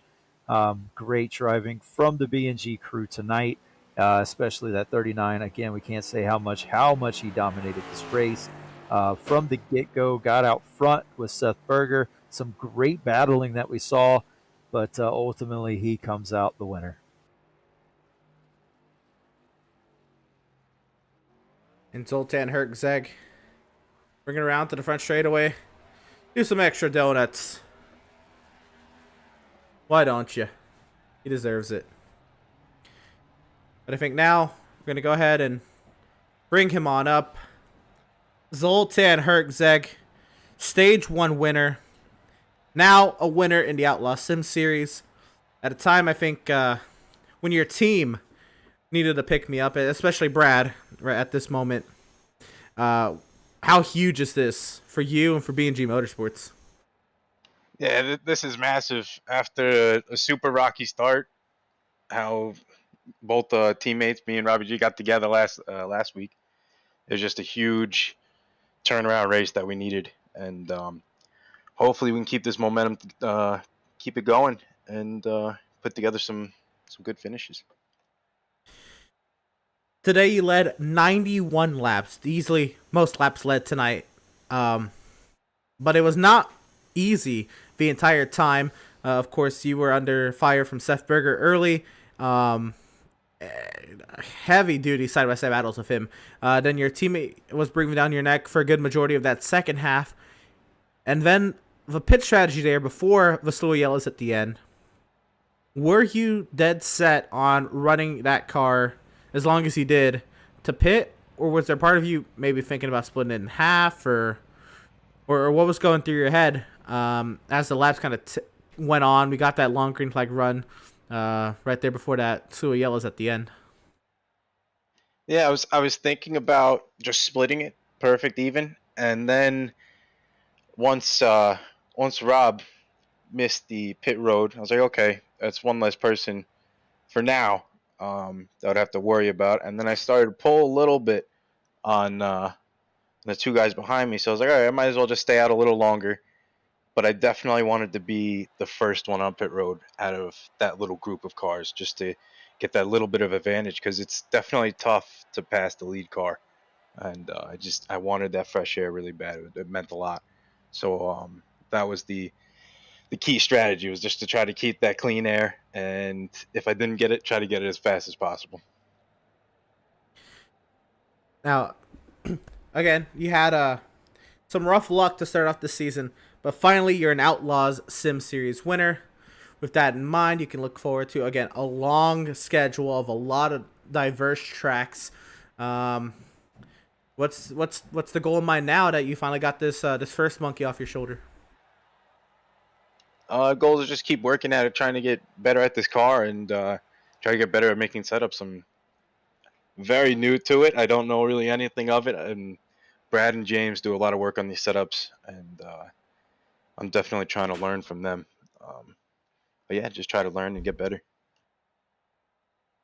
And while Brad tonight was absent with the unfortunate passing in his family, his team will come out and still perform very well with a 1-2 finish tonight for B&G Motorsports. Zoltan Hertzeg, you're a winner in the Outlaw Sim Series. Congratulations, brother. Yeah, best luck to you in the coming weeks, man. Thanks, man. I appreciate it. I just I know we really wanted to get this done for Brad, and I'm glad we were able to do so. driver of the number 39 race winner, Zoltan Herczeg. A first-time winner in the Outlaws Sim Series. Paired with Jonathan Jennings and Joshua Lane Fox. 3 first-time winners this season, Devin, in the Outlaws Sim Series. 7 races in. Yeah, big diversity of winners coming through, and it's nice to see these new guys coming in, showing a lot of speed, and really showing that this isn't going to be kind of a runaway between anyone. It's going to be a very tight battle all the way to the end. Speaking of, we're going to go ahead and talk to our second place finisher. We're going to go ahead and go through results. We'll go through results, my bad. Yeah, and then we'll take a little bit of a break, and then we'll go ahead and we'll get some more of interviews on the other side of posters break. But we had to talk to our race winner right away, get those raw emotions for sure. But yeah, the results, the top 10, it shook up a lot, but you'll see most of these names that we're talking about all day up here. Zoltan Herczeg with his first career Outlaws Sim Series victory. He'll beat out teammate Robert Gianni who'll finish second. Seth Berger will still hang on for a podium in third. Seth Fitzpatrick in fourth. Max Service will come home in fifth. Joseph Kiazi will come home in sixth. Eric Peck seventh. Adrian Schumacher in eighth. Jeremiah Stutzman in ninth. And Nathan Aldrich rounds out the top 10, Devin. Yeah, and then 11th, we're going to see James Gilliard in the 33 car. Nice recovery for him.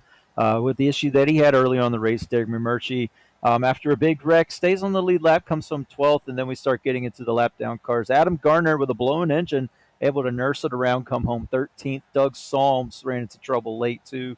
He comes 14th, 16th, 6th laps down.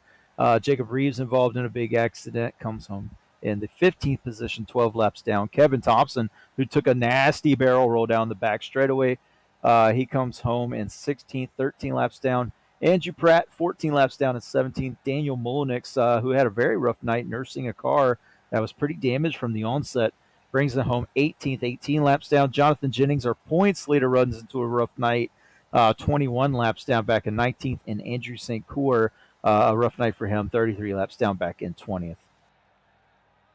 Gonna go ahead and finish off Heartbreakers Row. Matt Rogers comes home 94 laps down in 21st, along with John Mickey there in 22nd. Jason Miz takes it out, calls it a night, 96 laps down in 23rd. Andrew Schroeder will come, his night will come to a rest 102 laps away from the finish in 24th. Greg Holt out of the race, 124 laps from the finish in 25th. Robert Thorns finishes in 26th, 156 laps down. Matthew Setzer, 27th, 158 laps down. And Tyler Markle did not take the green flag tonight. Well, don't you go anywhere.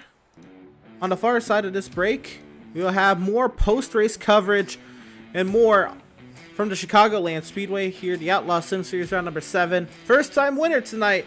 We got the rest of the podium to talk to and more. Don't you go anywhere.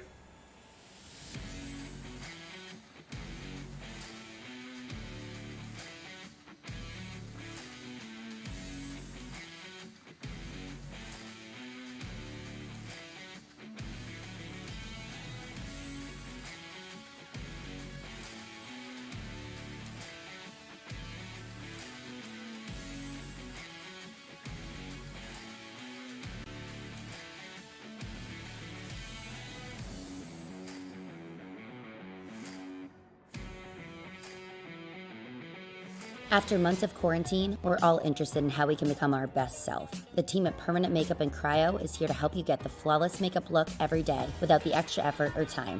When it comes to your appearance, you deserve the best care that money can buy. Sound Art introduces an entirely new way to listen to music in your home. By combining the best of two products, a revolutionary high-fidelity, low-profile Bluetooth wireless speaker with beautiful artwork. Select from a library of artwork or upload your own photos to personalize your experience. Sound Art ushers in an era of invisible, beautiful, and amazing sound throughout your home and redefines your entire entertainment system. The need to reclaim your floor space and rid your home of unsightly speaker boxes that need to be bolted to the wall is now a thing of the past. Our canvas is printed on high-quality permalite by Breathing Color. And select from our gallery or upload your own.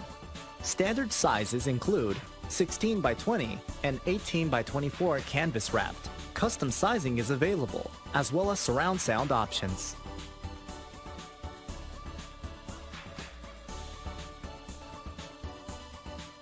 Have you found yourself trying to hide your joy because you're unhappy with your teeth? Your smile is the first feature noticed in an interview, on a date, or in family photos. We want you to be able to shine bright as your best self, and our teeth whitening system is the perfect step toward restoring your confidence.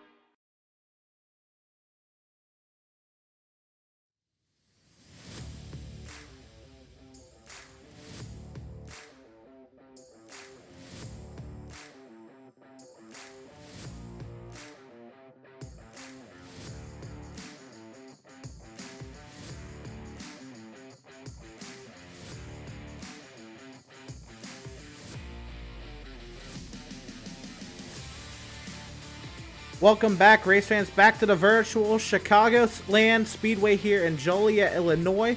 We're in the post-race coverage here of round 7 of the Outlaws Sim Series, again from the Chicagoland Speedway. And the race in Chi-Town did not disappoint tonight. Zoltan Hertzeg dominated tonight with 91 laps led, but it was not just him running away with it by any means. We had a wild, wild race on our hands the rest of the go-round. And we're going to have our second place finisher tonight, Rob Gianni. Come on up, Devin. He's headed your way.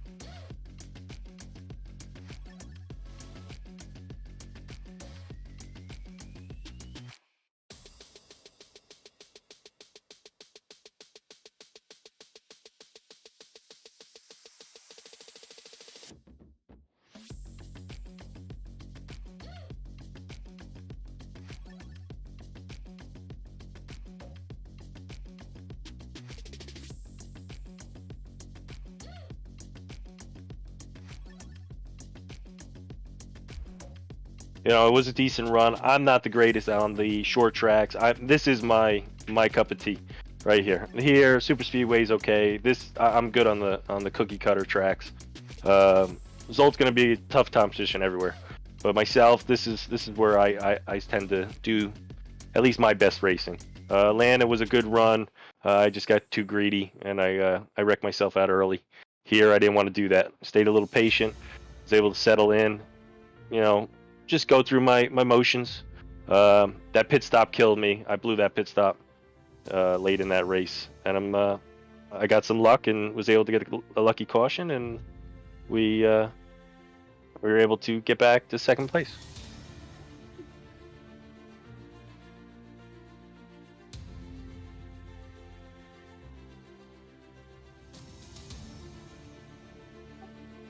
Yeah, so we'll go back to the first question. It was just, we'll just recap those last couple laps for us again. Apologize for that. But yeah, to recap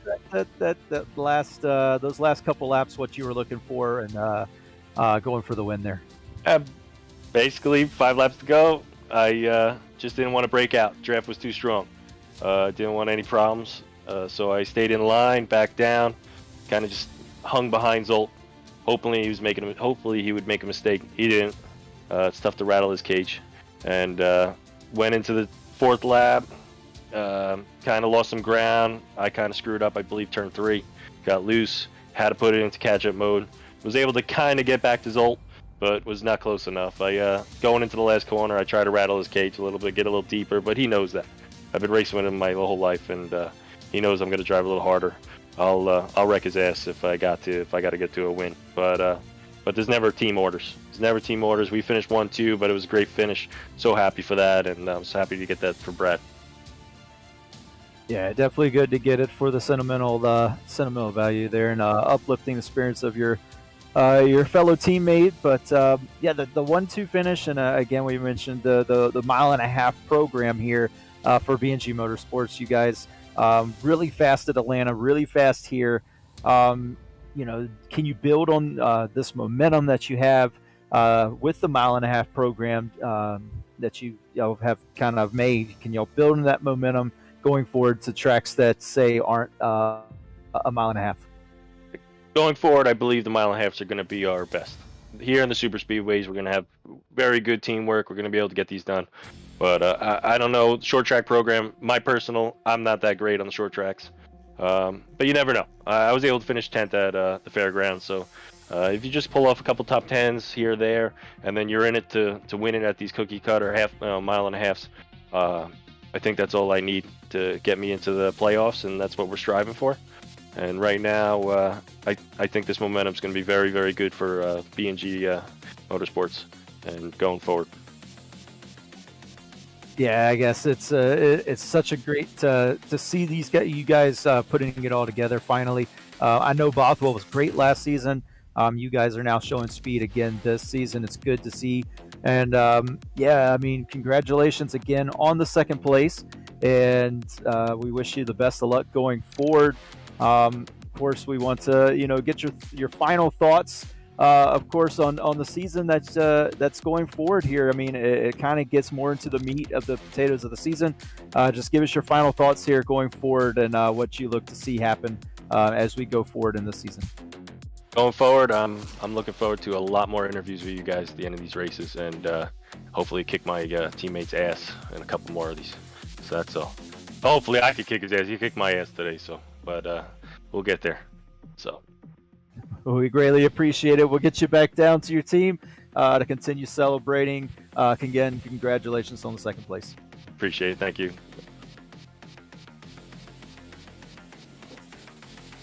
And that was 2nd place finisher Rob Gianni. Again, a nice 1-2 finish for B&G Motorsports. Again, with the team owner, or I guess Brad Bothwell, being absent tonight for that passing the family. A strong run for the team. Going to go ahead and bring on up our 3rd place finisher tonight, Seth Berger in the 77. Seth, it was your home track. You had a great run tonight. Started 5th, got up there, led 65 laps. Buzzed around the top 10 a little bit. Then a little bit of strategy kind of caught you out there with the yellows at the end. What kind of happened at the end, man? Like I said in the middle of the race interview, this car was just everywhere. It was so tough to pass. You really had to count on people making mistakes. And I knew Zoltan, he was on his game all day today. I didn't think he was going to make any mistakes. And I only had a few laps on my tires, so I wanted to stay out there. And I wish he didn't clear me within under a lap and a half, but that was my best chance at winning it. If I pitted with the rest of them, I didn't have the car to make it pass. Everyone was just so fast and on edge at the same time that you just had to count on people messing up. But like I said, I gave it my best shot. That was my best chance at winning it, but glad I got a top 3. Yeah, actually pretty remarkable. You were able to hold on for the podium with everybody behind you with the fresh tires. Looked like a blast out there. This car, this track, I know it's no longer on the NASCAR schedule, but your home track and it holds a lot, means a lot to you, and to run this slow here. What do you make of it all? It's awesome to run well here. The last time Outlaws ran Chicagoland, I finished 2 laps down, and that was no fun. So to get a top 3, that was great. And to have Aspen on the hood and sides of the car looking crazy as she always is, it's awesome too. Right on. Well, Seth, that's going to do it from Chicagoland. You got the third place finish. Looking forward. How you feeling about the rest of the season? Now we kind of crossed that, first 20-ish% hurdle of the season. Well, we're running a lot stronger than I thought we would be. Luckily, the setups have been fast. Me and Max do a great job working on it in the practice. Do a lot of learning in that time. And yeah, thank you. I just want to say thank you to all of Burger Nation. Thank you for watching, and hopefully you guys can go check out Burger Arts on Instagram. Right on. But that's our third place finisher, driver of the number 77, Seth Berger. And we're going to go ahead and also bring on up sixth place finisher tonight, Joseph Causey, in the number 88. And I wanted to bring him up because he had a wild race. He started way back in 16th, was as low as 21st, but he even got himself a lap led tonight. But he ended up finishing in 6th, Devin.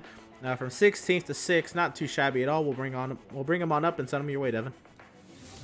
Hey, Joseph, this is Devin in the booth. Do you got a copy? Hey, yes, I do.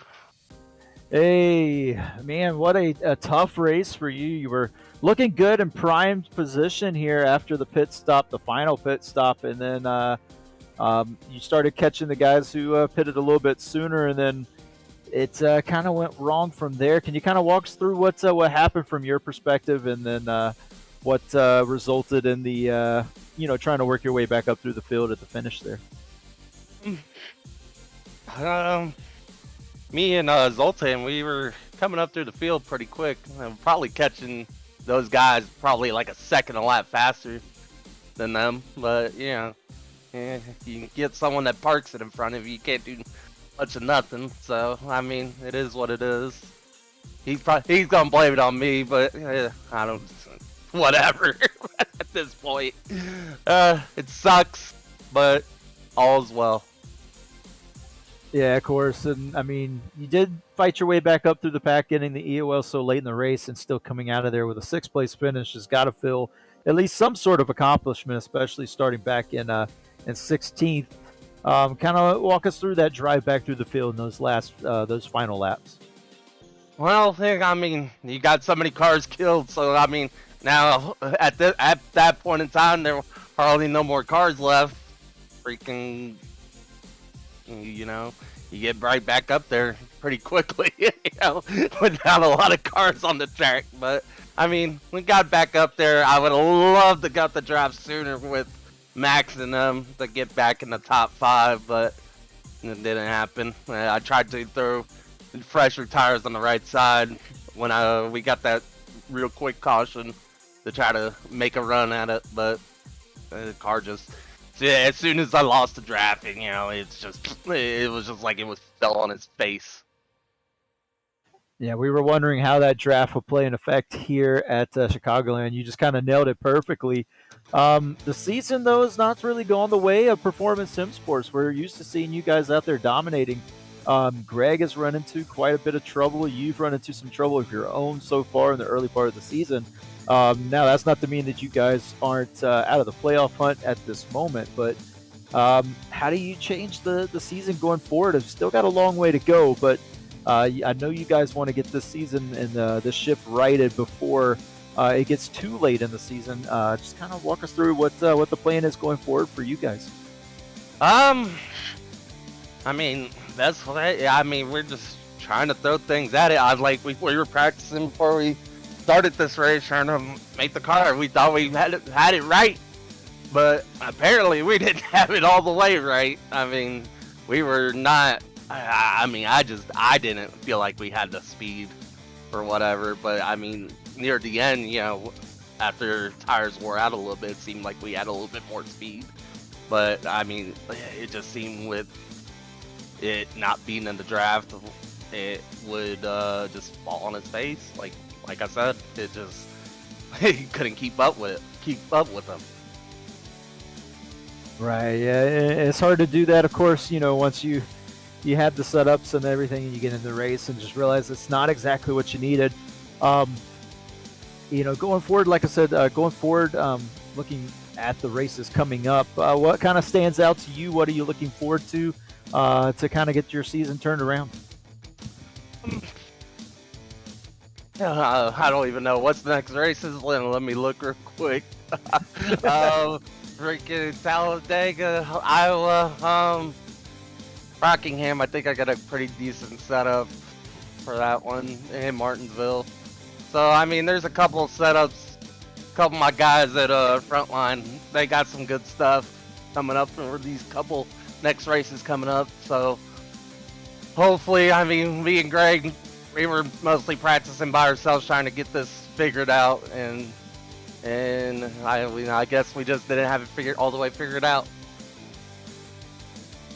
Yeah, and hopefully you guys can do that. We want to talk to you kind of in those first 3 interviews and not so much in this one, but we'll go ahead and get you back to your team. Appreciate the time. Appreciate you talking to us after the race here. Again, congratulations on the drive back through the field. I know it's not what you wanted, but it's still an impressive drive nonetheless. We'll talk to you again. Thank you. And that was driver of the number 88, Joseph Kazi, again finishing 6th after starting 16th. Had a storming run to the field early. Again, looks, as Devin alluded to, looked like Performance Sport wasn't just all there tonight. And they're looking to make strides to get back to their top spot here in the Outlaws Sim Series. With that being said, let's kind of wrap up how things went tonight here at the Chicagoland studio, but we're not done here at Pit Stop TV. We got much more coming up this week for the channel. Tomorrow we have a couple broadcasts here. It'll be 3 p.m. here in the States, but 8 p.m. across the pond in UK. British Sim Racers Towing Cars taking to the Knock Hill Racing Circuit, the reverse layout, I should say. It was a lot of fun earlier this week with the Mazda Miatas. But tomorrow night they'll be doing the same thing in the touring cars. You won't want to miss that. Then tomorrow night, the North American Racing League GT3 Series has their their amateur field, their pro am field do battle tomorrow night at the Red Bull Ring, Austria's Spielberg, Austria's the Red Bull Ring. A fantastic track. I cannot wait to see how that GT3 field does there. I'm sure they're gonna have amazing racing with those long straightaways and tight, heavy braking zones. And then we're off over the weekend. We'll pick back up with British Sim Racers MX5s, their Trophy Tuesdays at the Sonoma Raceway. Again, it says 4 p.m. Eastern here in the States, 8 p.m. UK over there. I don't believe that's right. I believe it's also 3 p.m. Eastern here in the States as well. But nonetheless, look out for it in the afternoon Tuesday. And yeah, I believe there's actually no Porsche Cup race next Tuesday night, so I think they're taking a week off. But next Wednesday we'll be back at it. Well, we'll actually have a doubleheader next Wednesday. The International Online Racing League Indy Cars take to the Michigan International Speedway, and while we'll be over here with Outlaws in the cornfields of Iowa for round 8 here of the Outlaws Sim Series NextGen Cup season, again from the Iowa Speedway. So a lot of good stuff coming up, Devin. What you make of it? Yeah, a lot of good racing coming up in all of the leagues here. The Thursday night, tomorrow afternoon and night. Some good racing from both the British Sim Racers and the North American Racing League, so be sure to tune in there. Always good fun to watch all of these races here on Pit Stop TV. You can catch all the action on Pit Stop TV on our social media accounts, facebook.com/pitstop, or is it a // pitstop TV, instagram.com/pit_stop_TV, twitter.com/pitstoptv_, youtube.com/C/pitstoptv1, and then also catch us on Twitch at twitch.tv/pit_stop_TV. Yeah, and well, that'll do it from Chi-Town. Again, we're happy to have had you all here tuning in and joining us for tonight's action, and we hope you enjoyed tonight's broadcast. For all at Pit Stop TV, Devin Zimmerman alongside me on the mic this evening, Ed Shearer on our social media coverage. I am Emerson Arden. Y'all take it easy. We thank y'all for tuning in. We'll see y'all tomorrow afternoon for British Sim Racers in their touring car series from Knock Hill, or next one tonight for the Outlaws Sim Series action from Iowa.